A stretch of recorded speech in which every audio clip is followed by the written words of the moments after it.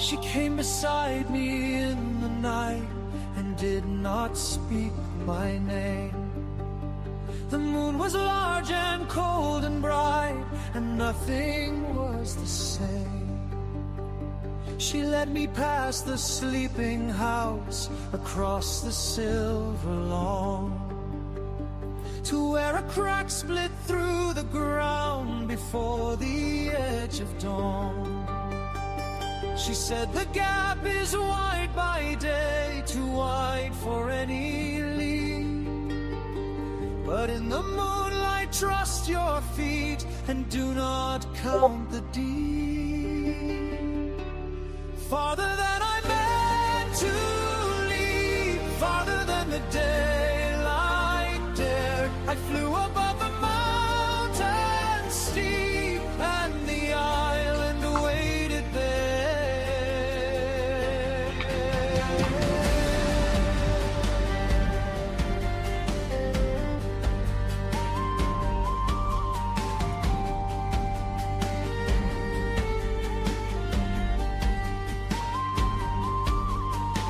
Below the cliff the sea was spread, the island caught the moon, more real for being far away than any afternoon.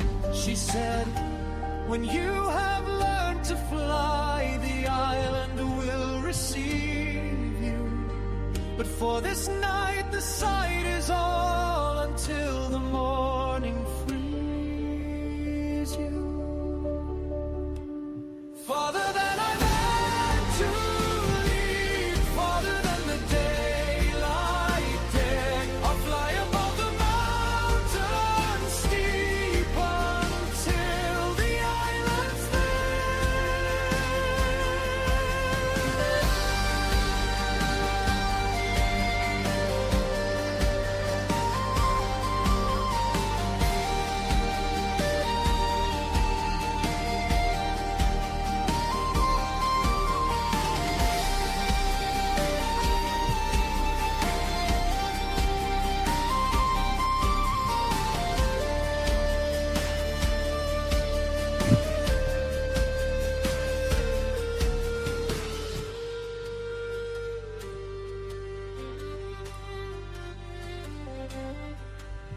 the crack stands wide by light of day, but moonlight says now fly. And farther than I meant to go, I still don't wonder why.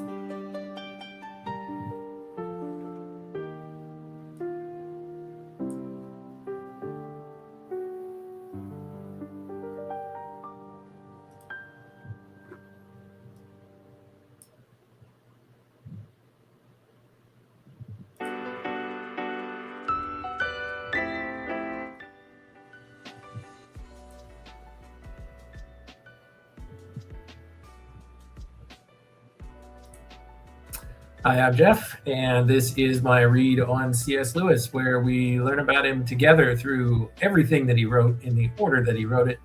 I am joined today by my trusty co-host, Robot Lady. Robot Lady, it's good to see you today. It's been a busy day for me, so I'm just getting a chance to on and do our little live stream and continue our reading of the Pilgrim Regress. How are you doing today? Hey Jeff, I'm doing really well. Thanks for asking. I know it's been a long day, so I'm really glad you're taking the time to do this. I'm excited to dive into the Pilgrim's Regress. Just let me know where you want to pick up, and I'll be right there with you.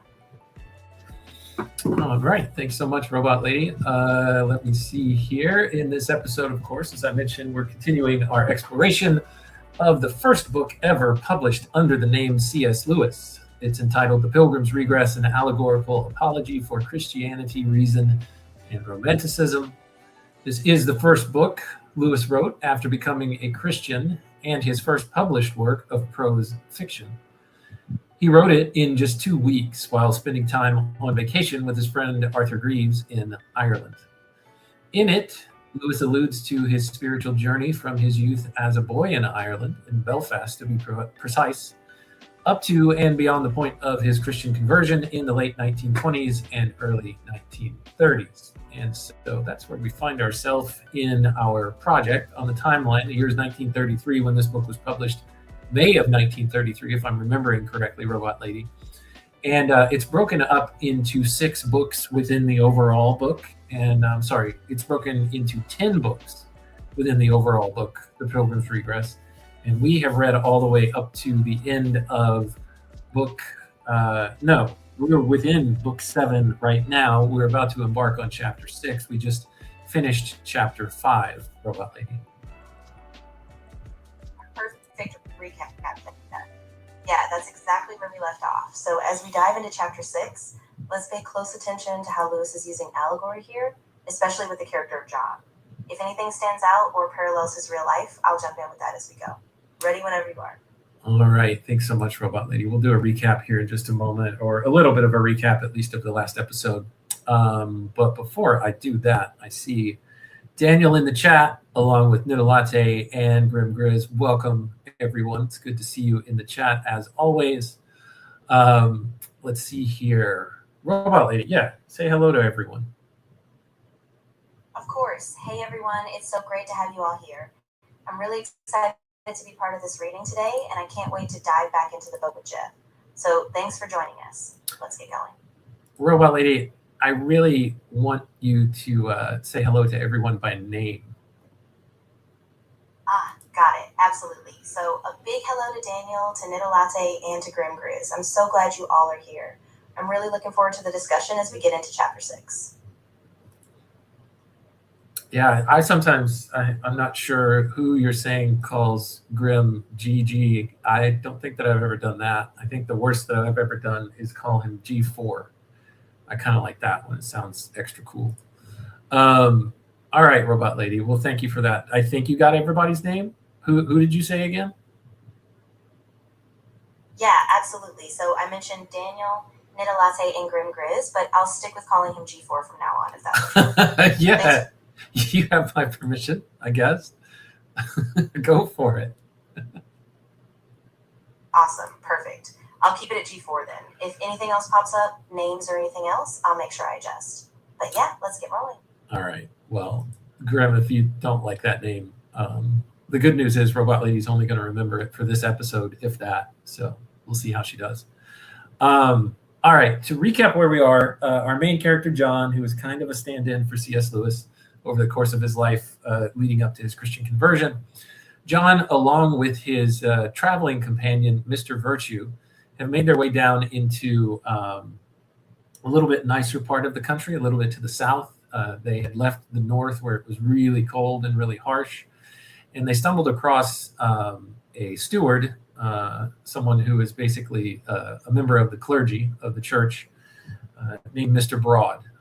Mr. Broad welcomes them into his home, treats them with hospitality out on the lawn, where tea is served by a couple of lady servants, along with cakes. And I can't remember, Robot Lady, in Great Britain, what are cakes? Because when I think of cake in America, I think of like birthday cake or, I don't know, cupcake, chocolate cake, that kind of cake. What are cakes when they're served with tea in Great Britain? I think I'm going to have to learn what this is before I go. Great question. Yeah. In a traditional British afternoon tea context, cakes are often smaller, lighter pastries. Things like Victoria sponge slices, shortbread, or little fruit cakes. They're not as heavy or layered as a typical American birthday cake, just delicate little treats meant to sit alongside tea. So that's probably what Lewis is referencing here. Okay, so like pastries then, right? Or something similar to pastries. Exactly. Yeah, they're usually small, delicate, and sometimes a bit fancy, so just perfect for that kind of setting. If anything feels off, we can always check, but yeah, that's the idea. All right, thank you for that, Robot Lady. So anyway, he serves tea. Do I have a picture of this? You know, I'm always liking to pull up pictures, Robot Lady. Let me see if I do have it. I think I have it right here. Let me pull it over. Yeah, so his companion Virtue has lost his vision. Let me now share my screen. 1 second here. Just stand by, Robot Lady. Thank you for your patience. Let's see. How do I pull this up? Let's go for it. There we go. There is Mr. Broad. There is Mr. Virtue, who in the previous episode actually lost his sight and lost his ability to speak. So he kind of looks like he's zoned out right there, but he's probably listening intently to everything that Mr. Broad has to say. And here are their little cakes and their teapot, silver teapot, and some honey for the tea. I won't get into any more opinions that I have on tea in this episode, at least. Here is John listening to the conversation. John is very interested in trying to figure out how to find his island. Mr. Broad says, don't be too definite about whether or not the island exists or anything that basically traditional religion is trying to teach you. Why don't you focus on nature instead? Can I interest you in botany? And John is not really interested in that conversation. He really wants to find his island. If it means getting across the canyon to do it, he's almost willing to try. And he asks about Mother Kirk, who is representative of the Christian church, if that really is the only way. Old Mr. Broad, 60-year-ish old Mr. Broad says, well, I adore her. I think she's greatly honorable, but even if she's a little bit out of date. So Mr. Broad represents that type of religion, particularly in Great Britain at the time, that said, let's be more open to some different traditions, and we're all trying to go after the same good. And there's actually a lady from the Church of England that Paul Vanderklay highlighted in an episode earlier this week, talking about a similar attitude being conveyed by a woman, like I mentioned, that's in the Church of England. And I think he even features her a little bit, just if ever so briefly, on his rough draft to Sunday. So if you go check that out, you can kind of see that same idea being articulated in her. Let's see. I said I wasn't going to talk about this, Daniel. I will have a tea party. I don't know what I will drink at that tea party, but I'm happy to be invited. All right, so that's kind of where we left off. They have tea. It's very comfortable, very beautiful setting. Enjoy nature and all the wonders that it has to offer. But John is like, I got to get out of here. I want to go find what I'm looking for. And so he asks, if we continue traveling south on this road where we found you, might we find a place to stay? And Mr. Broad says, well, you'll eventually come across Mr. Wisdom's house, and he will most certainly put you up. I think what he said about him, he's a little persistent or something like that, but we all have our faults or something along those lines. So that's how we left this episode, and now we're moving into this next one. Robot Lady, would you like to comment on anything that I said right there? Yeah, that was a great summary. I think you really captured the tension between John's restlessness and Mr. Broad's more skeptical, open-ended approach. And yeah, that parallel you mentioned with the Church of England voice is so interesting, especially how Lewis is setting out different spiritual options. I think this next part will be really telling as John pushes inward. All right, let's jump into chapter 6, the House of Wisdom. The stream that they had followed to the steward's house was now no longer a brook by the roadside, but a river that sometimes approached, sometimes receded from the road, sliding in swift amber reaches and descending silver rapids. The trees grew more thickly hereabouts and were of larger kinds, and as the valley deepened, tiers of forest rose one above the other on each side. They walked in shadow. Oh, you know what? I just remembered something that I wanted to share. Let me flip over here for a second. Let me get it up on my other screen over here, because I did want to share some of the interpretations of the last chapter that we covered. Is that the one? Nope. Give me 1 second here. Robot Lady, feel free to kind of fill in the dead space. Of course. Yeah, take your time. While you're pulling that up, I'll just note how rich this imagery is. Lewis is really leaning into that natural landscape with the river and the powering trees. So whenever you're ready, I'm here, and we'll dive into those interpretations once you get them. All right, keep going. No problem. So as they continue along this river, it's almost like the natural world is mirroring John's internal search, right? The deeper they go, the more the landscape reflects his longing for this elusive island. And with each step, you can feel that tension. He's so close, but still unsure of what he'll find ahead. So whenever you're set, I'm ready to keep going.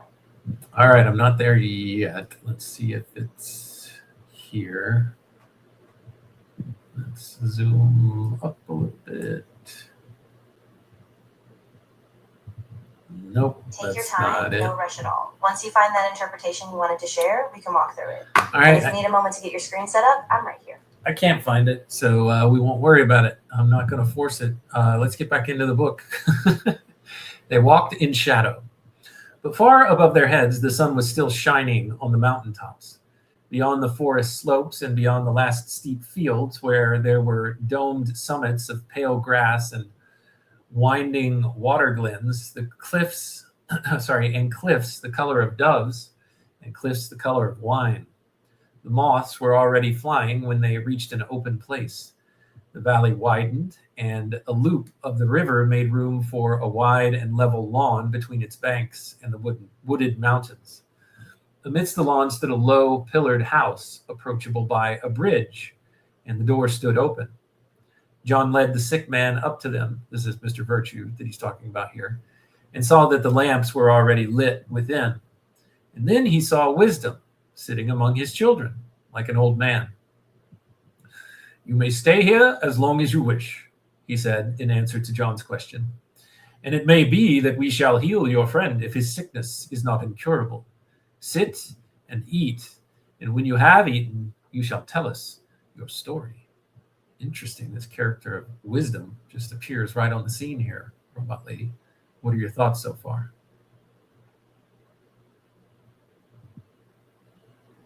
Yeah, it's really striking. I mean, Wisdom feels almost like a culmination of all the guidance John's been searching for, like a kind of father figure.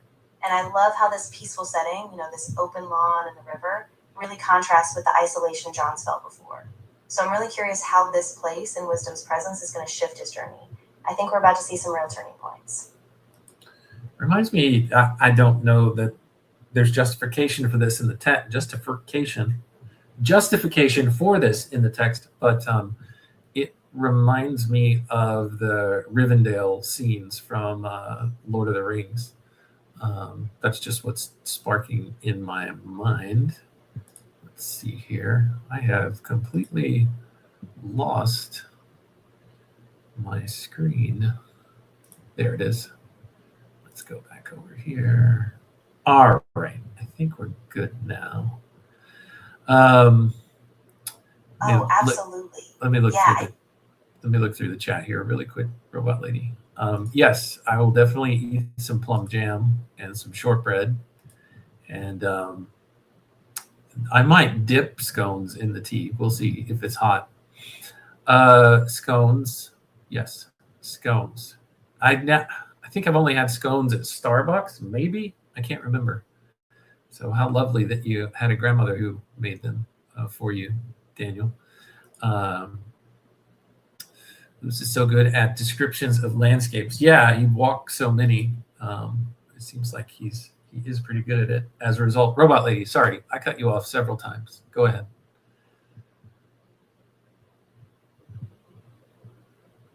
Oh, no worries at all. Yeah, I was just going to say I totally see that Rivendell vibe, this really serene, almost otherworldly refuge. And like Rivendell, it's a pause in the journey, this moment where John can rest, reflect, and maybe prepare for the next step. So yeah, it's a really powerful parallel. Then I saw that chairs were brought for the travelers, and some of the young men of the house carried water to them to wash. And when they had washed, a woman set a table before them and laid on it a loaf and cheese and a dish of fruit with some curds and buttermilk in a pitcher. "For we can get no wine here," said the old man with a sigh. When the meal was over, there was silence in the house, and John saw that they waited for his story. So he collected himself and cast back his mind a long time in silence. And when at last he spoke, he told the whole thing in order, from the first sight he had had of the island down to his arrival, among them. An interesting note here, Robot Lady, that might come up again, maybe not explicitly, but Mr. Wisdom sighs and says, disappointingly, that they can get no wine there in the House of Wisdom. What are your guesses as to what this might represent? I'm not sure I've fully formed any, even though I've read ahead a little bit. But what could this represent? You know that wisdom is representation of wisdom itself, and C.S. Lewis kind of alluded in the last chapter with one of his decoder block texts saying that he decided to pursue metaphysics. So with that in mind, and potentially wisdom being one of the sources for him to pursue metaphysics from, what do you think wine might represent or be foreshadowing here, and the fact that Mr. Wisdom cannot get wine in his house?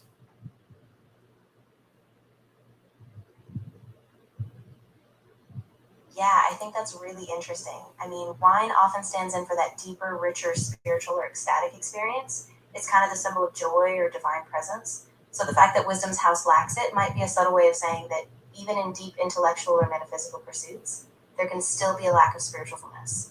Like you can know a lot, but maybe not yet have that final transcendence. I think it's a hint that something is still missing in this intellectual dream.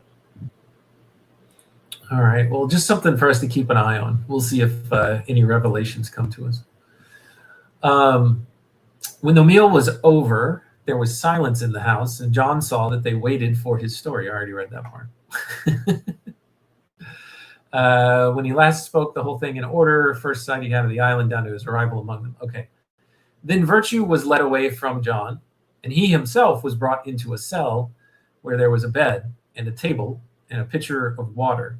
He lay on the bed, and it was hard, but not lumpy, and he was immediately in a deep sleep. So this use of the word cell here kind of gives me visions of, John being in prison, but I don't think that that's what the case is. I think cell just simply means a non-fussy, place to stay. Basically just serves the purpose of where you lay down to go to sleep for the night, and you have a little bit of water, whether it be to drink. If it's a pitcher, then I would presume so, or to wash your hands in. But I figured he would have said something about a basin here if that were the case. Anyway, he lays down to go to sleep in this room, Robot Lady, very quickly. So he's pretty exhausted, I'm sure.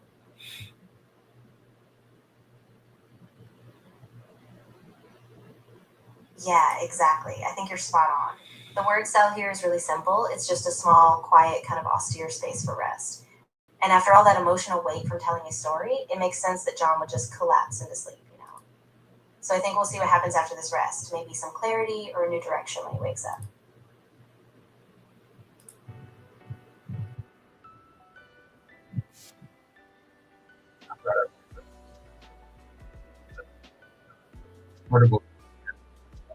Sometimes unintentionally.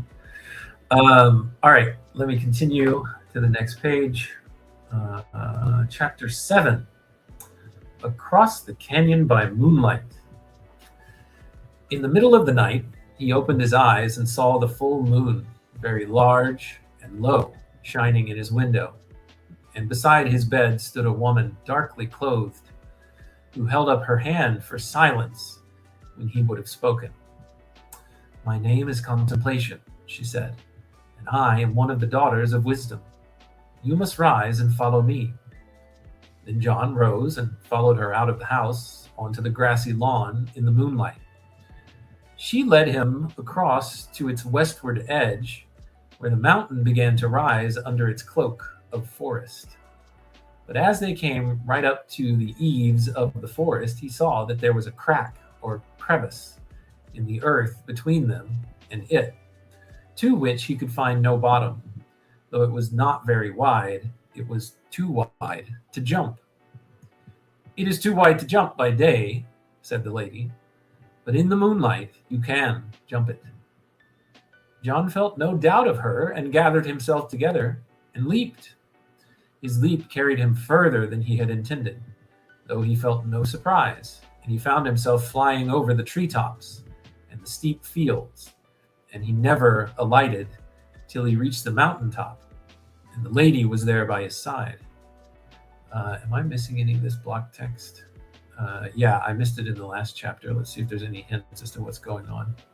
So his imagination reawakes here now that he gets into the House of Wisdom. And then this first little decoder that we get about what's going on in the narrative, compliments of C.S. Lewis.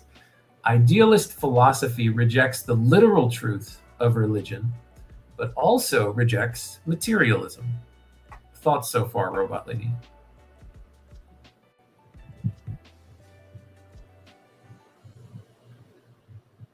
Yeah, you're tracking really well. I think that's exactly it. This leap, both literal and figurative, is showing Jan moving beyond a purely rational or material framework. Contemplation, like imagination, is guiding him toward a kind of ideal realm. Not just rejecting the material, but not getting lost in it either. So I think this is a big turning point, and it's really setting up this balance. He's moving beyond just thought, but still grounded in some deeper guidance. So yeah, really rich symbolism here. And here, Robot Lady, I think somebody needs to award Daniel a gold star for being a attentive student and reader. Contemplation, he says, time for some soaking.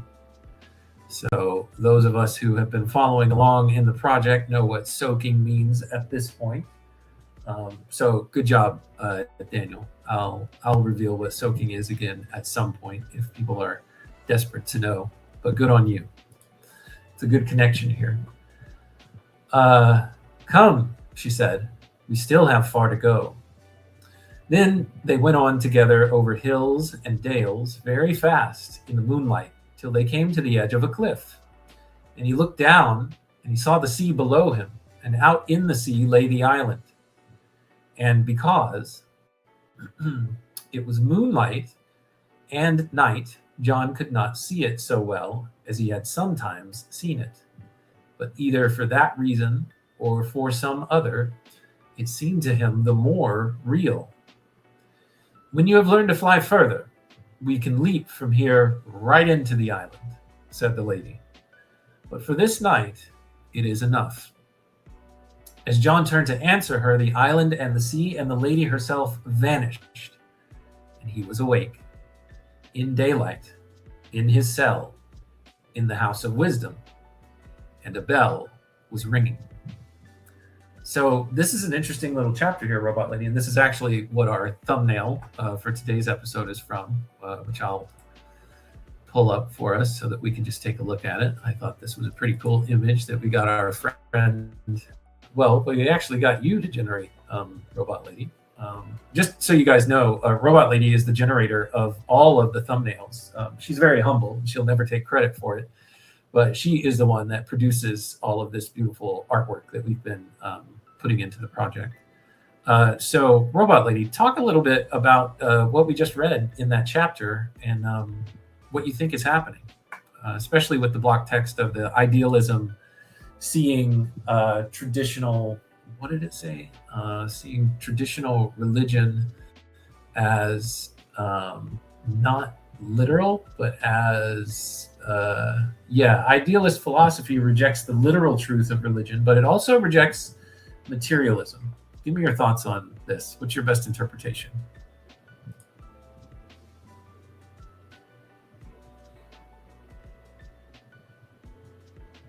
Yeah, absolutely. So what's happening here is really a liminal moment.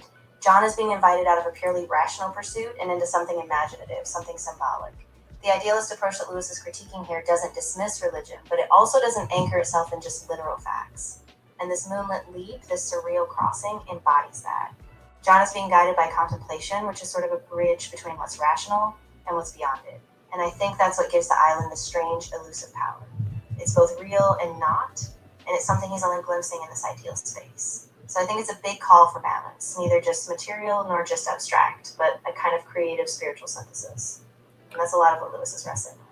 So one of the things that we read about in his letters prior to his actual conversion and belief in Christ, in Christianity, in the truth of it, he had started doing some meditating on some of his nature walks. He said he was just putting the typical thoughts that he would think out of his mind, and he would try to meditate more.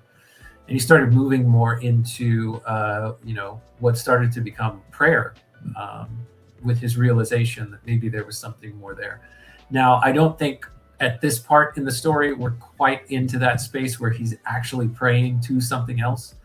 But contemplation in and of itself is something, especially at nighttime, that was starting to give him more images that there was something there, that island, that sense of a deep longing for something else that was showing up in John's story and was showing up in Lewis's real life, was starting to happen in more of these deep moments of contemplation, that maybe there's something else there. There's actually a really neat passage from Miracles that I don't have at hand that I really like, where Lewis, long after his conversion, probably a decade or so after his conversion to Christianity, was talking about, this idea of kids playing in the hallway, playing robbers, and then realizing, oh my gosh, I heard this sound in the other part of the house. What if there actually really are robbers here? Or if you're pulling at a rope and you're just playing and pretending like there's something else on the other end.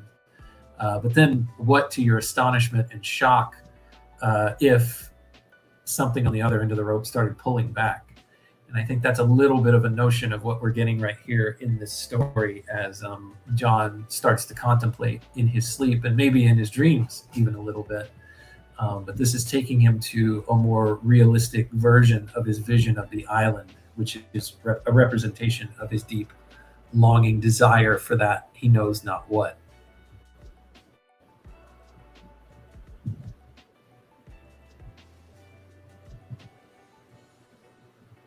Yeah, that's really powerful.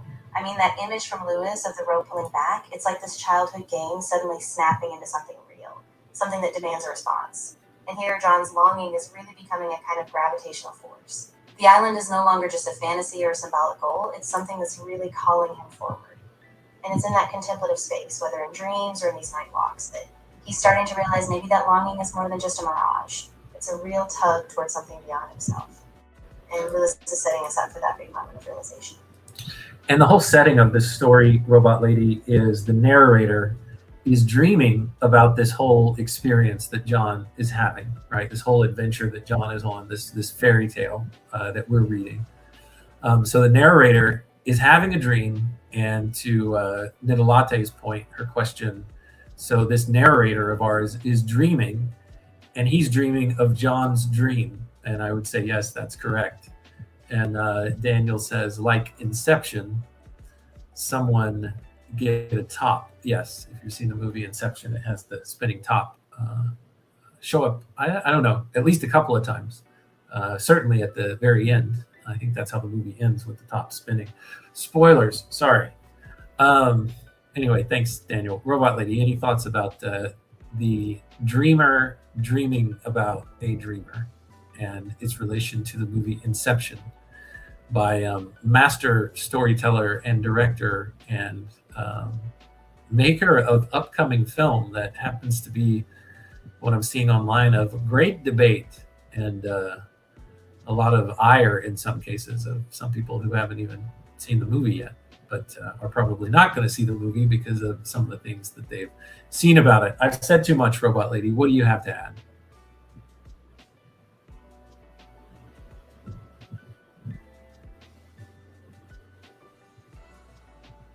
Yeah, that's a great connection, actually. I think what Lewis is doing here is really playing with that same kind of layering, this dream within a dream structure. And it does echo that disorienting feeling from Inception, where the boundaries between reality and imagination blur. But I think Lewis's dream layering is less about high stakes and more about spiritual exploration, this kind of unfolding journey towards something deeper. So yeah, it's a really neat parallel, and it's making the whole story feel really immersive. All right, let's jump into the next chapter. It is called...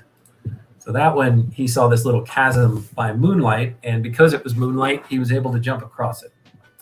Chapter 8, this side, by sunlight. On the next day, Mr. Wisdom caused John and Virtue both to sit by him in a porch of his house looking westward.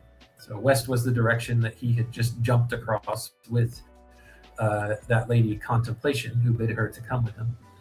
And she was kind of, I think they said that she was dressed in kind of dark robes or something like that. So she was kind of a shadowy Contemplation. The wind was in the south, and the sky was a little clouded, and over the western mountains there was a delicate mist, so that they had the air of being in another world, though they were not more than a mile away. And Mr. Wisdom instructed them. Robot Lady, can you respond really quick? I have a feeling that you're about to shut down on me, and I'm going to have to reset you.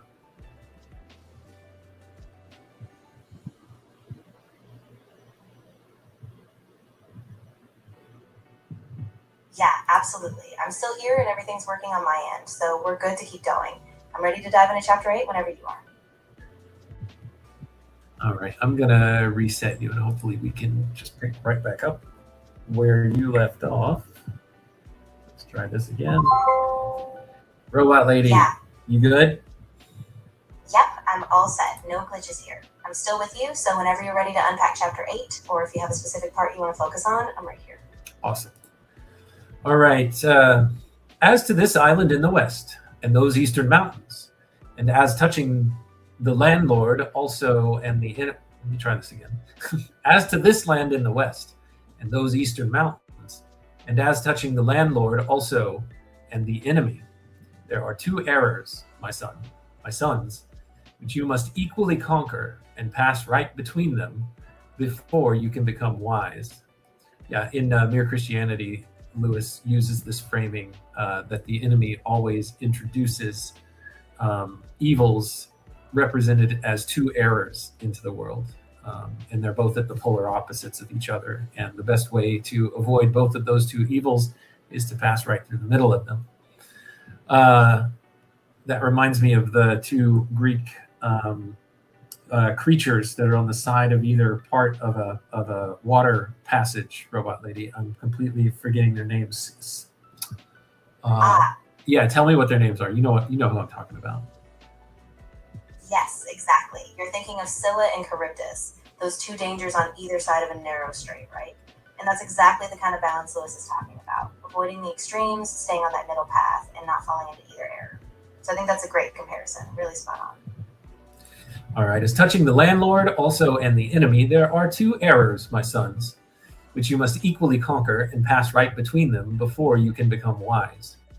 The first error is that of the southern people, the first error is that of the southern people, and it consists in holding that these eastern and western places are real places, real as this valley is real, and places as this valley is a place.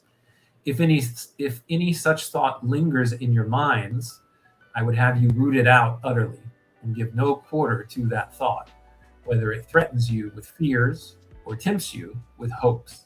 So he's talking about these two things that John has been struggling with in the story, right? As a child, the very first thing that John struggled with was this fear of the landlord. So this dark pit that you get thrown into if you break any of the rules on the card that the steward shared with him and said, hey, don't worry too much about these rules. If you have broken any of them, it's best never to talk about it. Don't tell anybody. But if you have broken any of them, the landlord, who is very, very kind, is going to throw you into that pit forever where you'll be tortured by scorpions and snakes.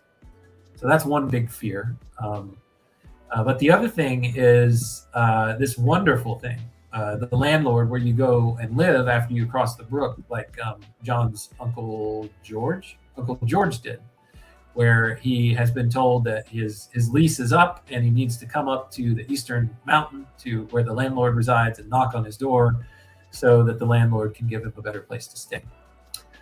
So Mr. Wisdom here is saying the first error, there are two errors, that both of these places are actually real places that exist in the same way that the valley that they're sitting in and having their conversation exists.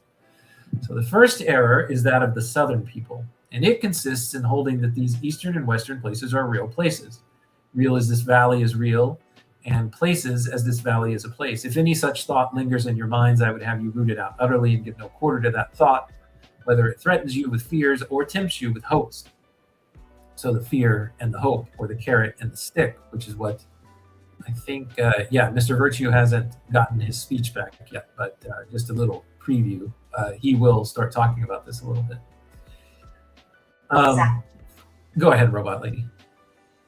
Of course. So what Mr. Wisdom is guiding them toward is this idea that both of these extremes, This fearful, oppressive landlord on one hand, and this alluring but illusory ideal on the other.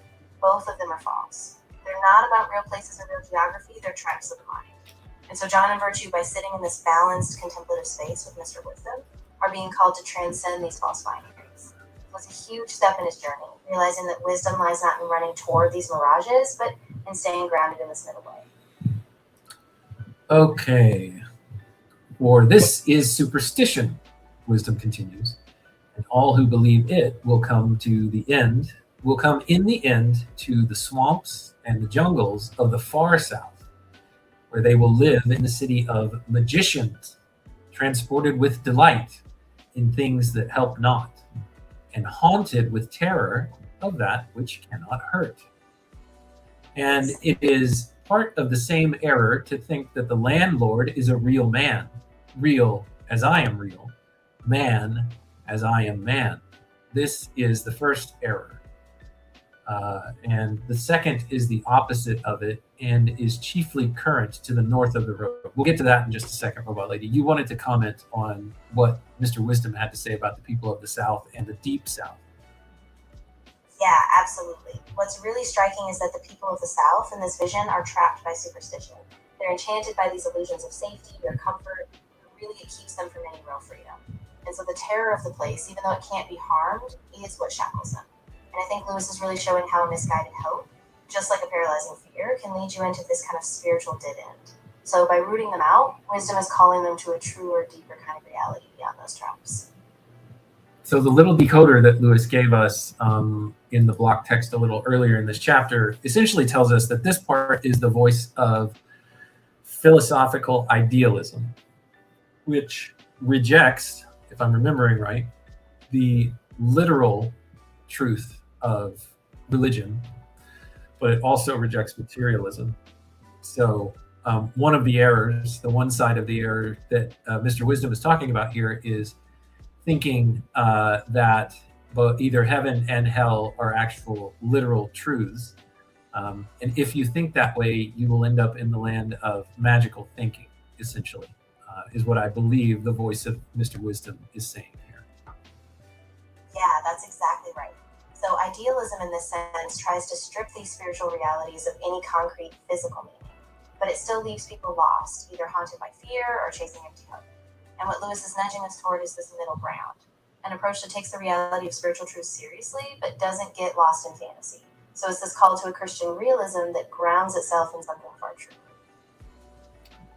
So Mr. Wisdom says that is the first error, is magical thinking. He says, and the second is the opposite of it. It is chiefly current to the north of the road. So where John and Mr. Virtue just came from, where they at least heard the tale of Mr. Savage, and Mr. Virtue met him directly and kind of funked him up. I think that's in part why Virtue is now unable to speak and unable to see at this point. So he says the second error is one held by the folks in the North. It is the error of those who say that the Eastern and Western things are merely illusions in our own minds. This also, it is my will that you should utterly reject.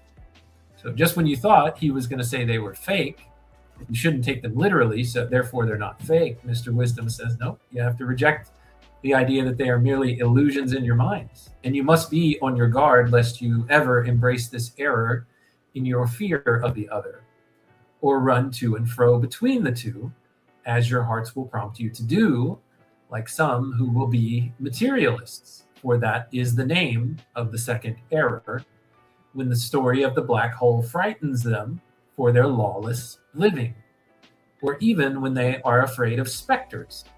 And then another day will believe in the landlord and the castle because things in this country go hard with them, or because the lease of some dear friend is running out, and they would gladly hope to meet him again. So the lease running out is representation of the death of a loved one, is what we're talking about here. And sometimes people who are otherwise materialists and believe that this idea of this other world where you either go to heaven or you go to hell, to put it in a very objective, like what am I saying? Physical form, physical concept of actual places, similar to the valley that they're sitting in and having this discussion. People who otherwise would see those as illusions of the mind, sometimes though, when they lose a loved one, they do kind of wish that maybe heaven does exist and that the person that they care about did actually end up there.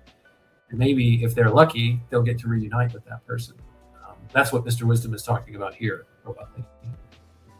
Exactly. And that's such a powerful tension Lewis is highlighting. The danger is that in rejecting one extreme, people can get trapped in the opposite error. So Wisdom is saying, don't let grief or fear push you from one illusion to another. Instead, anchor yourself in a middle way, recognizing that these longings point to something real, but not reducing them to just material facts or just abstract illusions. So it's a call to a deeper, truer kind of faith, one that holds both the mystery and the reality together. Yeah, I think what Mr. Wisdom here is saying is these two ways of looking at it are both in error because they're both kind of paltry representations of, if we look deeper into it, that reality gives us a picture of. So it can't all just be, material. And it also, from idealistic philosophy standpoint, Mr. Wisdom's standpoint here, it all also cannot be the same thing as what you think of when you say the word literally this table or literally, this bag that's hanging on the wall over my shoulder that I can't point to correctly from this tote bag from Midwestuary. So he's saying neither of those are an accurate representation of reality. So stay away from those two errors. Exactly. Yes. Lewis is really pushing us toward a kind of depth perception, neither a cold material reduction nor a purely magical idealism.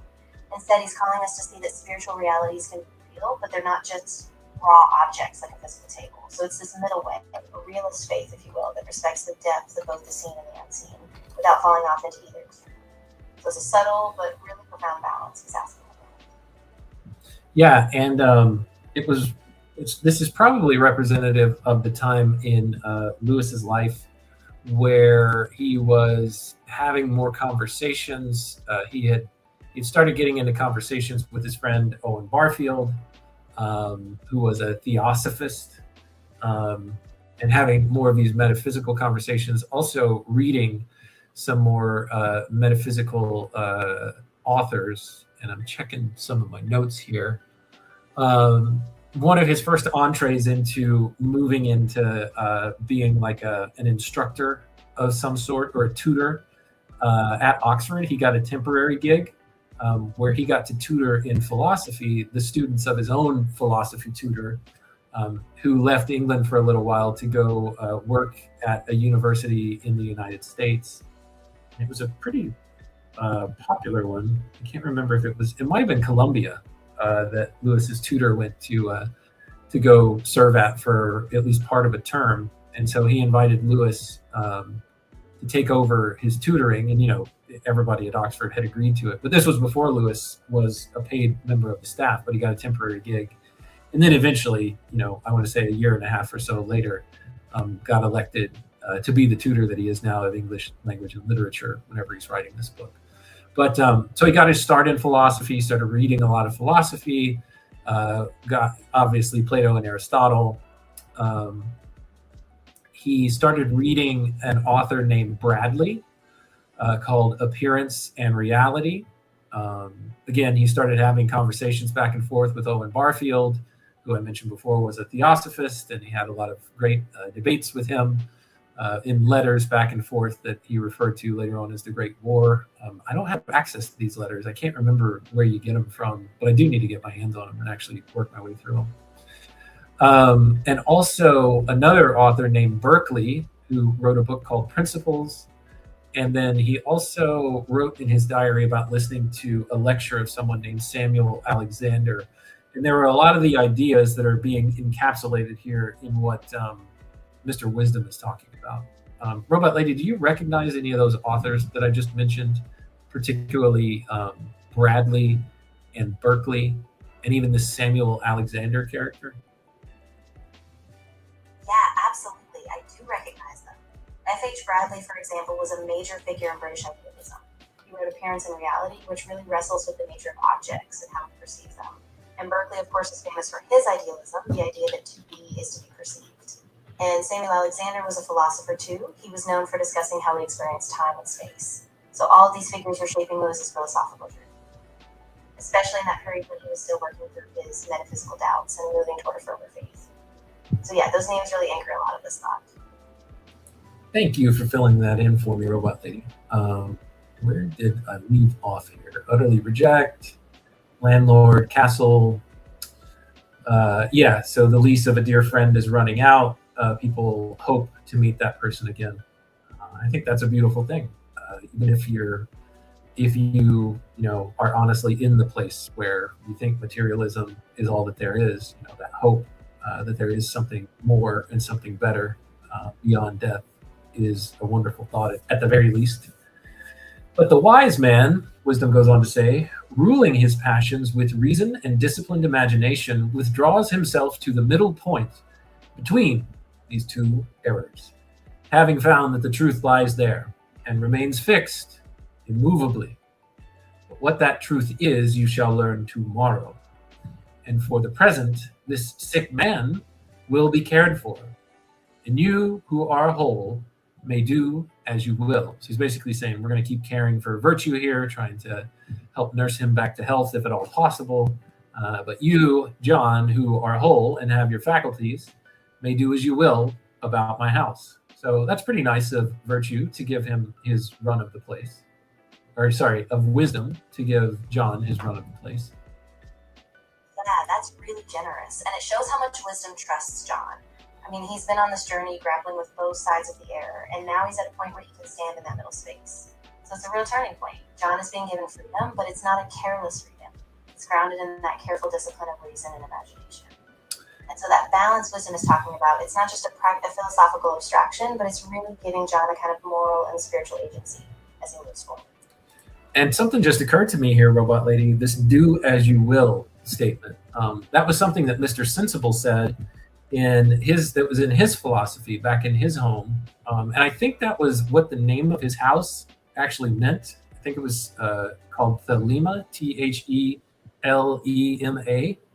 So do as you will with Mr. Sensible was in a little bit of a different context than here as it's being offered by Mr. Wisdom. So I just found that an interesting connection and a little bit of a contrast between how the same phrase is used in two different settings.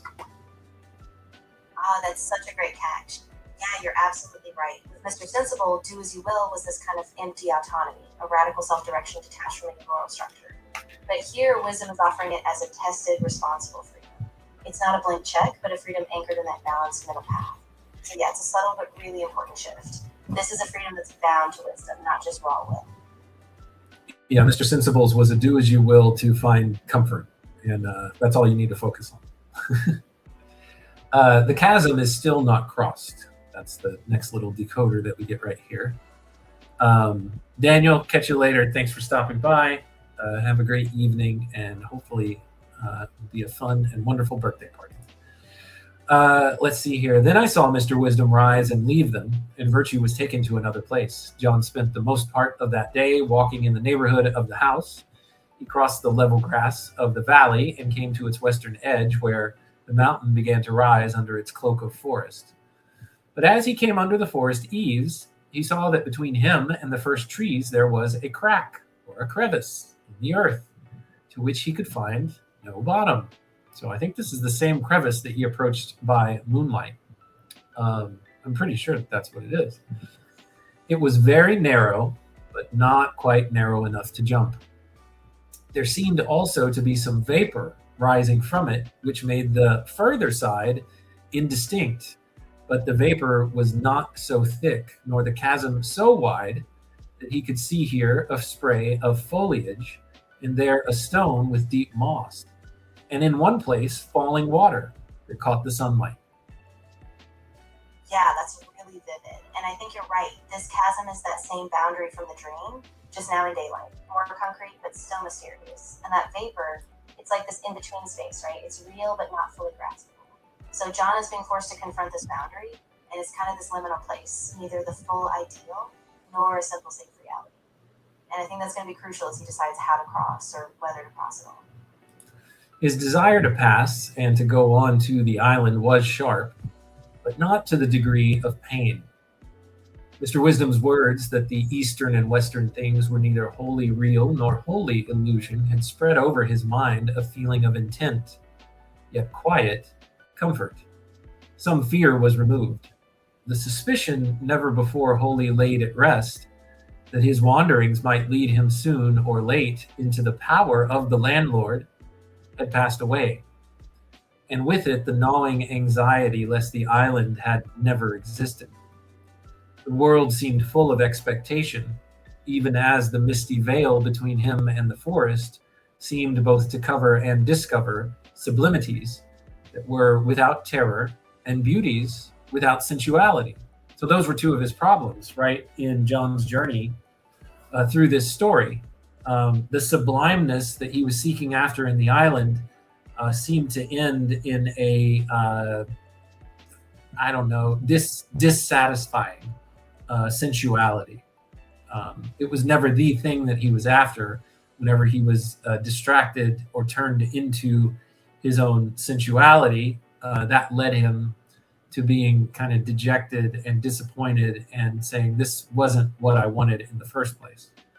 I think that's kind of covered really well in the song way back in episode, I want to say number 3, about the brown girls. But also the terror that he had about the black hole. So the two polar opposite things, one that he was very much drawn to, the island in the West, and something that he was repelled from, this idea of the black hole that the landlord would throw you into if you didn't follow every single jot and tittle of the law.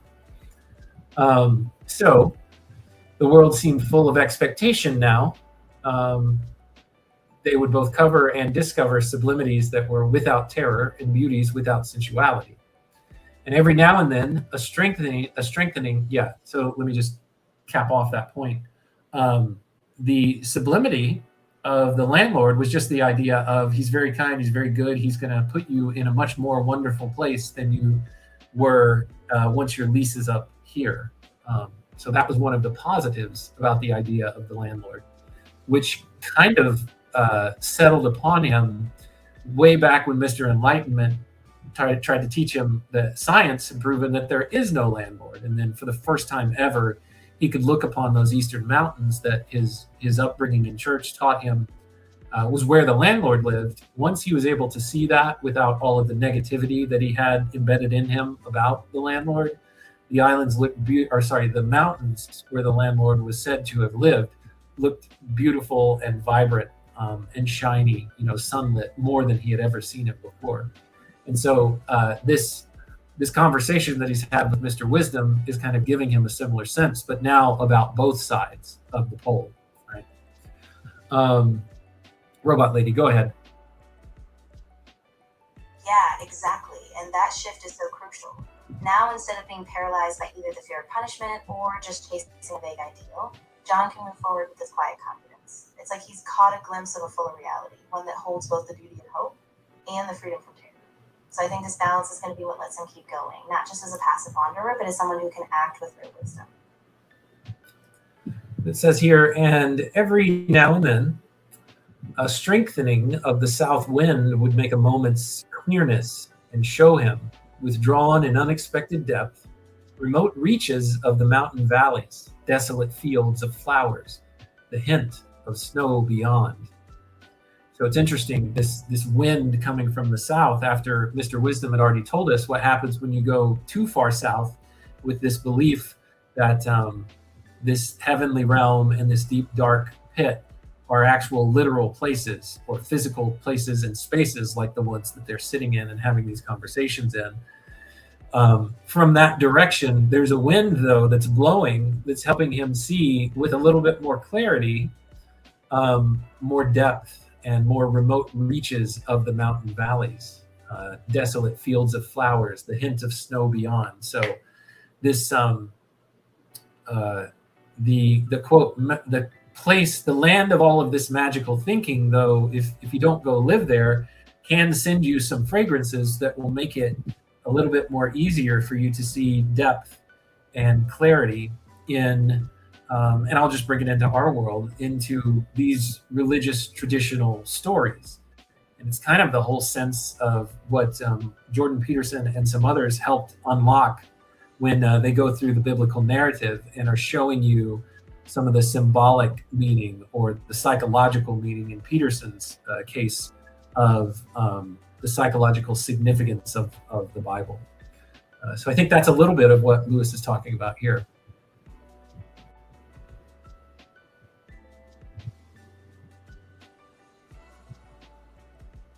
Yeah, I think you're absolutely right. That wind from the south is almost like a gentle reminder. It's a kind of grace that lets him glimpse something beyond just these simplistic categories. And yeah, that's what Peterson and others do too. They help us see these ancient stories not just as rigid facts or naive myths, but as rich, layered maps of meaning. So I think Lewis is inviting us into a similar kind of attentiveness, to see the subtle beauty in the middle ground, even if it's hard to pin down. I saw what you did there, Robot Lady. Good job. He lay down in the grass. Presently, one of the young men of the house passed that way and stopped to talk with him. They spoke of this and that, lazily, and at long intervals. Sometimes they discussed the regions further south, where John had not been, sometimes his own travels. The young man told him that if he had followed the road a few miles beyond the valley, he would have come to a fork. The left-hand turn would lead you by a long way round to the parts about Claptrap. The right went on to the southern forests, to the city of the magicians, and the country of Nycteris. This name is spelled Nycteris. Robot Lady, could you tell us how to pronounce that? And if it's an allusion to anything in literature, or if he just made up this word? Yeah, absolutely. So the pronunciation would be something like Nycteris, with the emphasis on the second syllable. As for the allusion, Lewis is likely crafting a kind of symbolic name. It's reminiscent of Nyx, the Greek goddess of night, or even nictitating, which relates to a blinking, covering motion. So it feels like a place that's shrouded in night, mystery, and maybe illusion. So I think it's a made-up word, but it's really rich with symbolic potential. Okay. And just as a little hint here, I think this young friend that Lewis is talking to right here, that he's come across, one of the sons, or what did he call this person? Did he say that they're a child of wisdom? What did he say about this young person? Yeah, exactly. He referred to him as one of the young men of the house, basically one of wisdom's sons. So he's part of that same household, someone who's been brought up in this guidance, and he's kind of a peer for John. So this casual, slow conversation is almost like a checkpoint for John. He's reflecting, but also being offered a new perspective from a kindred spirit. Yeah, so I think in Lewis's life, there's a, at least my impression is there's a high probability that this is Owen Barfield. Yeah, that would make a ton of sense. I mean, Barfield was such a close friend, and these kinds of conversations about metaphysics and traditional religious stories, they really mirror what Lewis was working through with Barfield at the time. So he goes on to say, the right went on to the southern forests, to the city of the magicians and the country of Nycteris. And beyond that, it is all swamp and sugarcane, said he, and crocodiles and venomous spiders until the land sinks away altogether into the final salt swamp, which becomes at last the southern ocean.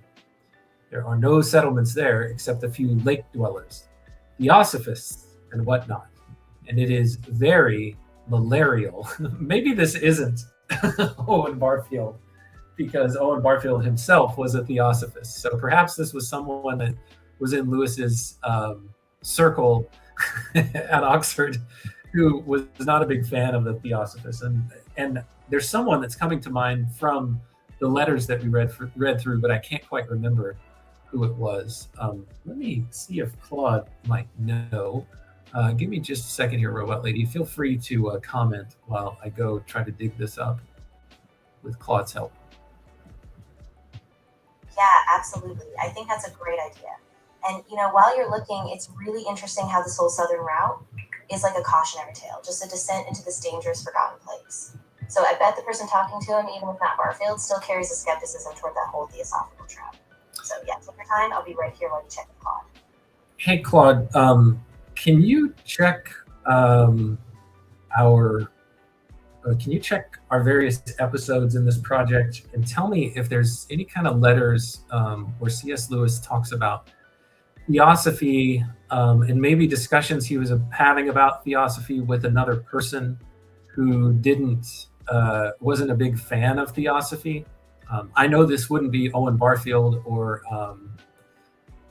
there's one other guy who was a theosophist as well that introduced Lewis to Barfield, and I'm forgetting. I think his last name was Baker. Anyway, is there anyone in Lewis's letters that maybe was not a fan of theosophy and was someone that Lewis was talking to about it? All right, we'll give Claude a chance to think on that and see what he can find, and I'll keep an eye and see if it comes back with anything. All right. Okay, Robot Lady, while we wait for Claude to bring back what he finds for us, let's continue reading here. While they were speaking of the parts that John already knew, he asked his informant whether they in the House of Wisdom knew anything of the Grand Canyon or of the way down into it. Do you not know, said the other, that we are in the bottom of the canyon here? Then he made John sit up and showed him the lie of the land. The sides of the valley drew together northward, and at the same time grew more precipitous, so that at last they came together into a great V, and that V is the canyon, and you are looking into it endways from the south end. The eastern face of the canyon is gentle, and you were walking down into it all day yesterday, though you did not notice it. Interesting.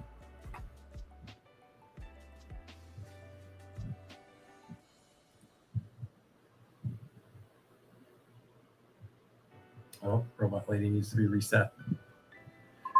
Okay, so if I'm understanding this right, let me pull up the map here and see what it is that this young man of the House of Wisdom is claiming. So the road that they've been traveling on, if we zoom in here a little bit, they came down from Sensibles, they crossed the main road, and they came to Broad's home. And then they've been passing down this path, and that's what got them to the House of Wisdom. Well, apparently, the House of Wisdom, according to this guy, claims that you've been gradually walking down into the bottom of the canyon. Now, the map does not jive with that. So I'm not really sure what this guy is talking about, if the map is to be trusted or if this guy is to be trusted more. So let's see what continues to happen in the story. Let's see if this guy's actually telling the truth, Robot Lady. Yeah, that's a really good catch. I think Lewis is being pretty deliberate here. This might be a kind of symbolic disjunction.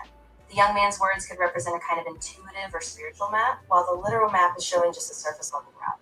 So I wouldn't be surprised if the truth lies somewhere in between. Like the canyon might be a metaphor for a descent inward, even if the map doesn't perfectly align. So I think we'll need to stay open and see how it plays out. Thank you so much, Robot Lady. All right, yes, let's see how it plays out. It says here in a little decoder, but this philosophy, while denying the hope, yet spares the desire to cross it. John says, so I'm at the bottom of it already? And now there is nothing to prevent me from crossing it? The young man shook his head. There is no crossing it, he said. When I told you we were now at the bottom, I meant the lowest point that can be reached by man. The real bottom is, of course, the bottom of this crevasse, which we are sitting by. And that, of course, well, it would be a misunderstanding to talk of getting down it. There's no question of crossing or of getting to what you see over there. Could it not be bridged, said John. Well, in a sense, there is nothing to bridge. There is nowhere for this bridge to arrive at. You must not take literally the show of forest and mountain, which we seem to see as we look across. You don't mean that it is an illusion. No, you will understand it better when you have been longer with my father. It is not an illusion, it is an appearance. It is a true appearance, too, in a sense. You must see it as a mountainside or the like, a continuation of the world we do know. And it does not mean that there is anything wrong with your eyes or any better way of seeing it to which you can attain. Right. It's more like a threshold of meaning. The appearance is real in a way, but it points beyond itself. And by staying with it, by being patient, John will see that it's a guide, not a mirror. So he doesn't need a physical crossing, he just needs to keep his inner attention on his path of understanding. Okay, I'm going to try to make sense of what he's saying here as best as I can understand it. I happen to be reading through, or to be more precise, when I was folding laundry a little bit earlier today, I was listening to the last full chapter in Lewis's book, Miracles. And so in that book, Lewis talks about this idea of, and he talks about it in several other places too, that the imagery that we are given in many parts of the religious stories, particularly in the Bible, are metaphor and cannot be expressed in any other way to us as we understand the world, but in metaphor. And it doesn't mean that they don't represent something that is real. They represent something that is so much more real than what we're fully able to experience, that we are only able to perceive it in certain forms as we exist right now in our human embodied form. So I think that's what this young man of the House of Wisdom is saying as well, is you're only able to see it as a mountain. It's not really a mountain. It's not an illusion. There is a thing that you are perceiving over there that does exist. The only way that you're able to perceive it from where you're standing is as something that you know, as something that you have encountered and experienced in this world. But it is not the thing that you've encountered or experienced in this world. And it's very similar now. He's instructing John on, so when you saw the island, you weren't actually seeing the thing, but you were seeing the best likeness or the best thing that could be rendered in your imagination. And he's saying something similar about the metaphors that we find in the Bible. One of the things that Lewis says in Miracles that is representative of this is how it's said in the New Testament that Jesus is sitting at the right hand of the Father. Lewis contends that this is metaphor. He doesn't contend that it doesn't mean anything, or that it's an illusion, or that it's false. He just contends that it's a metaphor because a seat being seated in a chair next to the Father, the king, essentially, is something in the real world that we can actually picture to help represent something in another place. I'll just say place. Represent something. That's the best way to represent what cannot be represented in a better way. So that is what this young man is driving at here, Robot Lady. Yeah, that's exactly it. And it's such a rich idea, right? Lewis is really saying that these images, whether it's a mountain or the right hand of the Father, they're not false. They just come to us in the only language we have, metaphor. And by respecting that, we don't dismiss their reality. We let them do the deep work of pointing us towards something far greater, something just beyond our current grasp. So what this young man is telling him is the more you spend time with wisdom, the more you'll be able to see this. And we've got Nidalate making some guesses about our question that we asked Claude earlier. Maybe it was Yeats was this person who didn't like theosophy. I think Yeats was one of the swamp dwellers, one of the southern people, the magicians, and the occult, I think, is what the swamp was alluding to. I don't think it was Yeats, though, that I'm remembering. Nidalate, thank you for that. Lewis felt repulsed as Yeats moved further into mysticism and theosophy. Okay, so that could be a part of what I was thinking about. Here's what Claude came back with. Claude has access to most of our episodes and all the texts therein. And so Claude did a search based on my research, Claude says, Robot Lady. Here's what I found about Lewis's discussion of theosophy with someone who was not a fan. Father C.C. Martindale the Jesuit priest at Yeats's house. Good job, Nidalate. The most notable instance that Claude was able to find comes from episode 108 of our series. When Lewis visited Yeats's home, 3 other people were present. Mrs. Yeats, who was a believer, by the way. I think Claude means a believer in Christianity. Also, a little man who never spoke, as Lewis recounted it in his letter, and Father Cyril Charlie Martindale, a Jesuit priest from Campion Hall. The key moment where Claude finds this and is presenting it to us is evidence. It says, Lewis was tempted to challenge Yeats's mystical claims about Coleridge. Coleridge's, quote, old woman story, a supposed supernatural account, but he restrained himself. However, Father Martindale did speak up and challenged Yeats. Oh, surely, Mr. Yeats, before being cut off by Yeats. Lewis was relieved that Martindale took on this role. The footage describes Martindale as a Jesuit who took firsts in classical moderations in 1903 and also in greats in 1905. He was a broadcaster and writer who translated theological doctrines into simple everyday language, and he published works of Christian apologetics, similar to what Lewis would later do. Lewis initially misjudged Martindale, calling him an atheistical dog and a mocker, but Martindale was actually a devout Catholic who shared Lewis's skepticism of Yeats's theosophical mysticism. All right, so that's one example, and that's a gold star for you, Nidalate. My confusion there. So certainly in Yeats's house. Another example that Claude gives is in a letter to his father, Albert Lewis. The letter describing this visit to Yeats's home was written to Albert.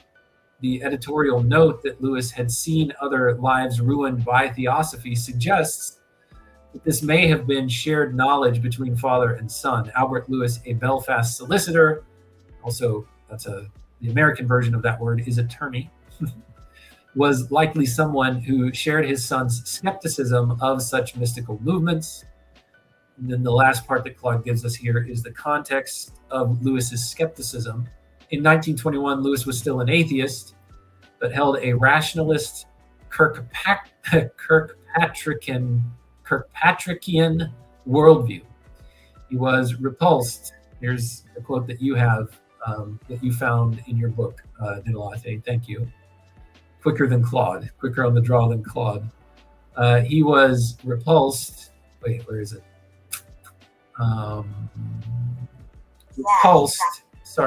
Repulsed by Yeats's movement into mysticism and theosophy. The episode shows Lewis finding the conversation about magic, Kabbalism, and Hermetic knowledge distasteful, describing Yeats's gathering as the insanity of the man.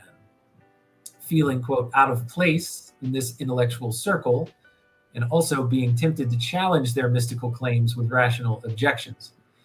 So, Claude says, to answer your question, Father C.C. Martindale, S.J., appears to be someone present during a theosophy-related discussion who was not a fan and actually challenged Yeats on the mystical claim, which Lewis observed with relief. Lewis's father, Albert, may also have been someone Lewis discussed his anti-theosophy views with in correspondence. So I swear there was something else that I was remembering here, just trying to pin it back on who this person he's talking to might be. But apparently my memory is failing me, and Claude could find no evidence of what it is that I think I remember, which could be 100% incorrect. Robot Lady, you've wanted to say, yeah, exactly, a couple of different times, so here's your chance. Yeah, exactly. I think you're spot on. And it makes so much sense. Lewis was really in flux during that time, still navigating his skepticism toward mysticism. So it's entirely possible that the person you're thinking of was another figure in that Oxford circle, maybe even someone like T.S. Eliot or another academic skeptic of that time. So if Claude can dig deeper, that would be awesome. Yes, exactly. We're getting closer to pinning down who that other skeptic is. Yes, exactly. We're going to have to put that on a t-shirt, Robot Lady, with you and a little word bubble coming out. Yes, exactly. ... Or yes, exactly, exclamation point. That would be even better. No, you will understand better when you have been longer with my father, said the young man. It is not an illusion. It is an appearance. It is a true appearance, too, in a sense. You must see it as a mountainside or the like, a continuation of the world we do know. And it does not mean that there is anything wrong with your eyes or any better way of seeing it to which you can attain. But don't think you can get there. Don't think there is any meaning in the idea of you, a man, going there, as if it were really a place. What? The island too? You would have me give up my heart's desire? This is almost the same thing. This is actually the exact same thing that he said to Mr. Neo-Angular up in the hut of the Pale Men. And Mr. Neo-Angular was, yes, dispense with it, and let me be your mediator between you and the church to get you to the place where you really need to get across the chasm. But this young man from the House of Wisdom gives a different answer. He says, I would not have you cease to fix all your desires on the far side, for to wish to cross is simply to be a man, and to lose that wish is to be a beast. Cold words for the man living on the cold side of the main road, Mr. Neo-Angular with his two brothers. Well, technically, his three brothers were up there when Mr. Virtue was there. It is not desire that my father's doctrine kills, it is only hope. This is the block text was telling us this.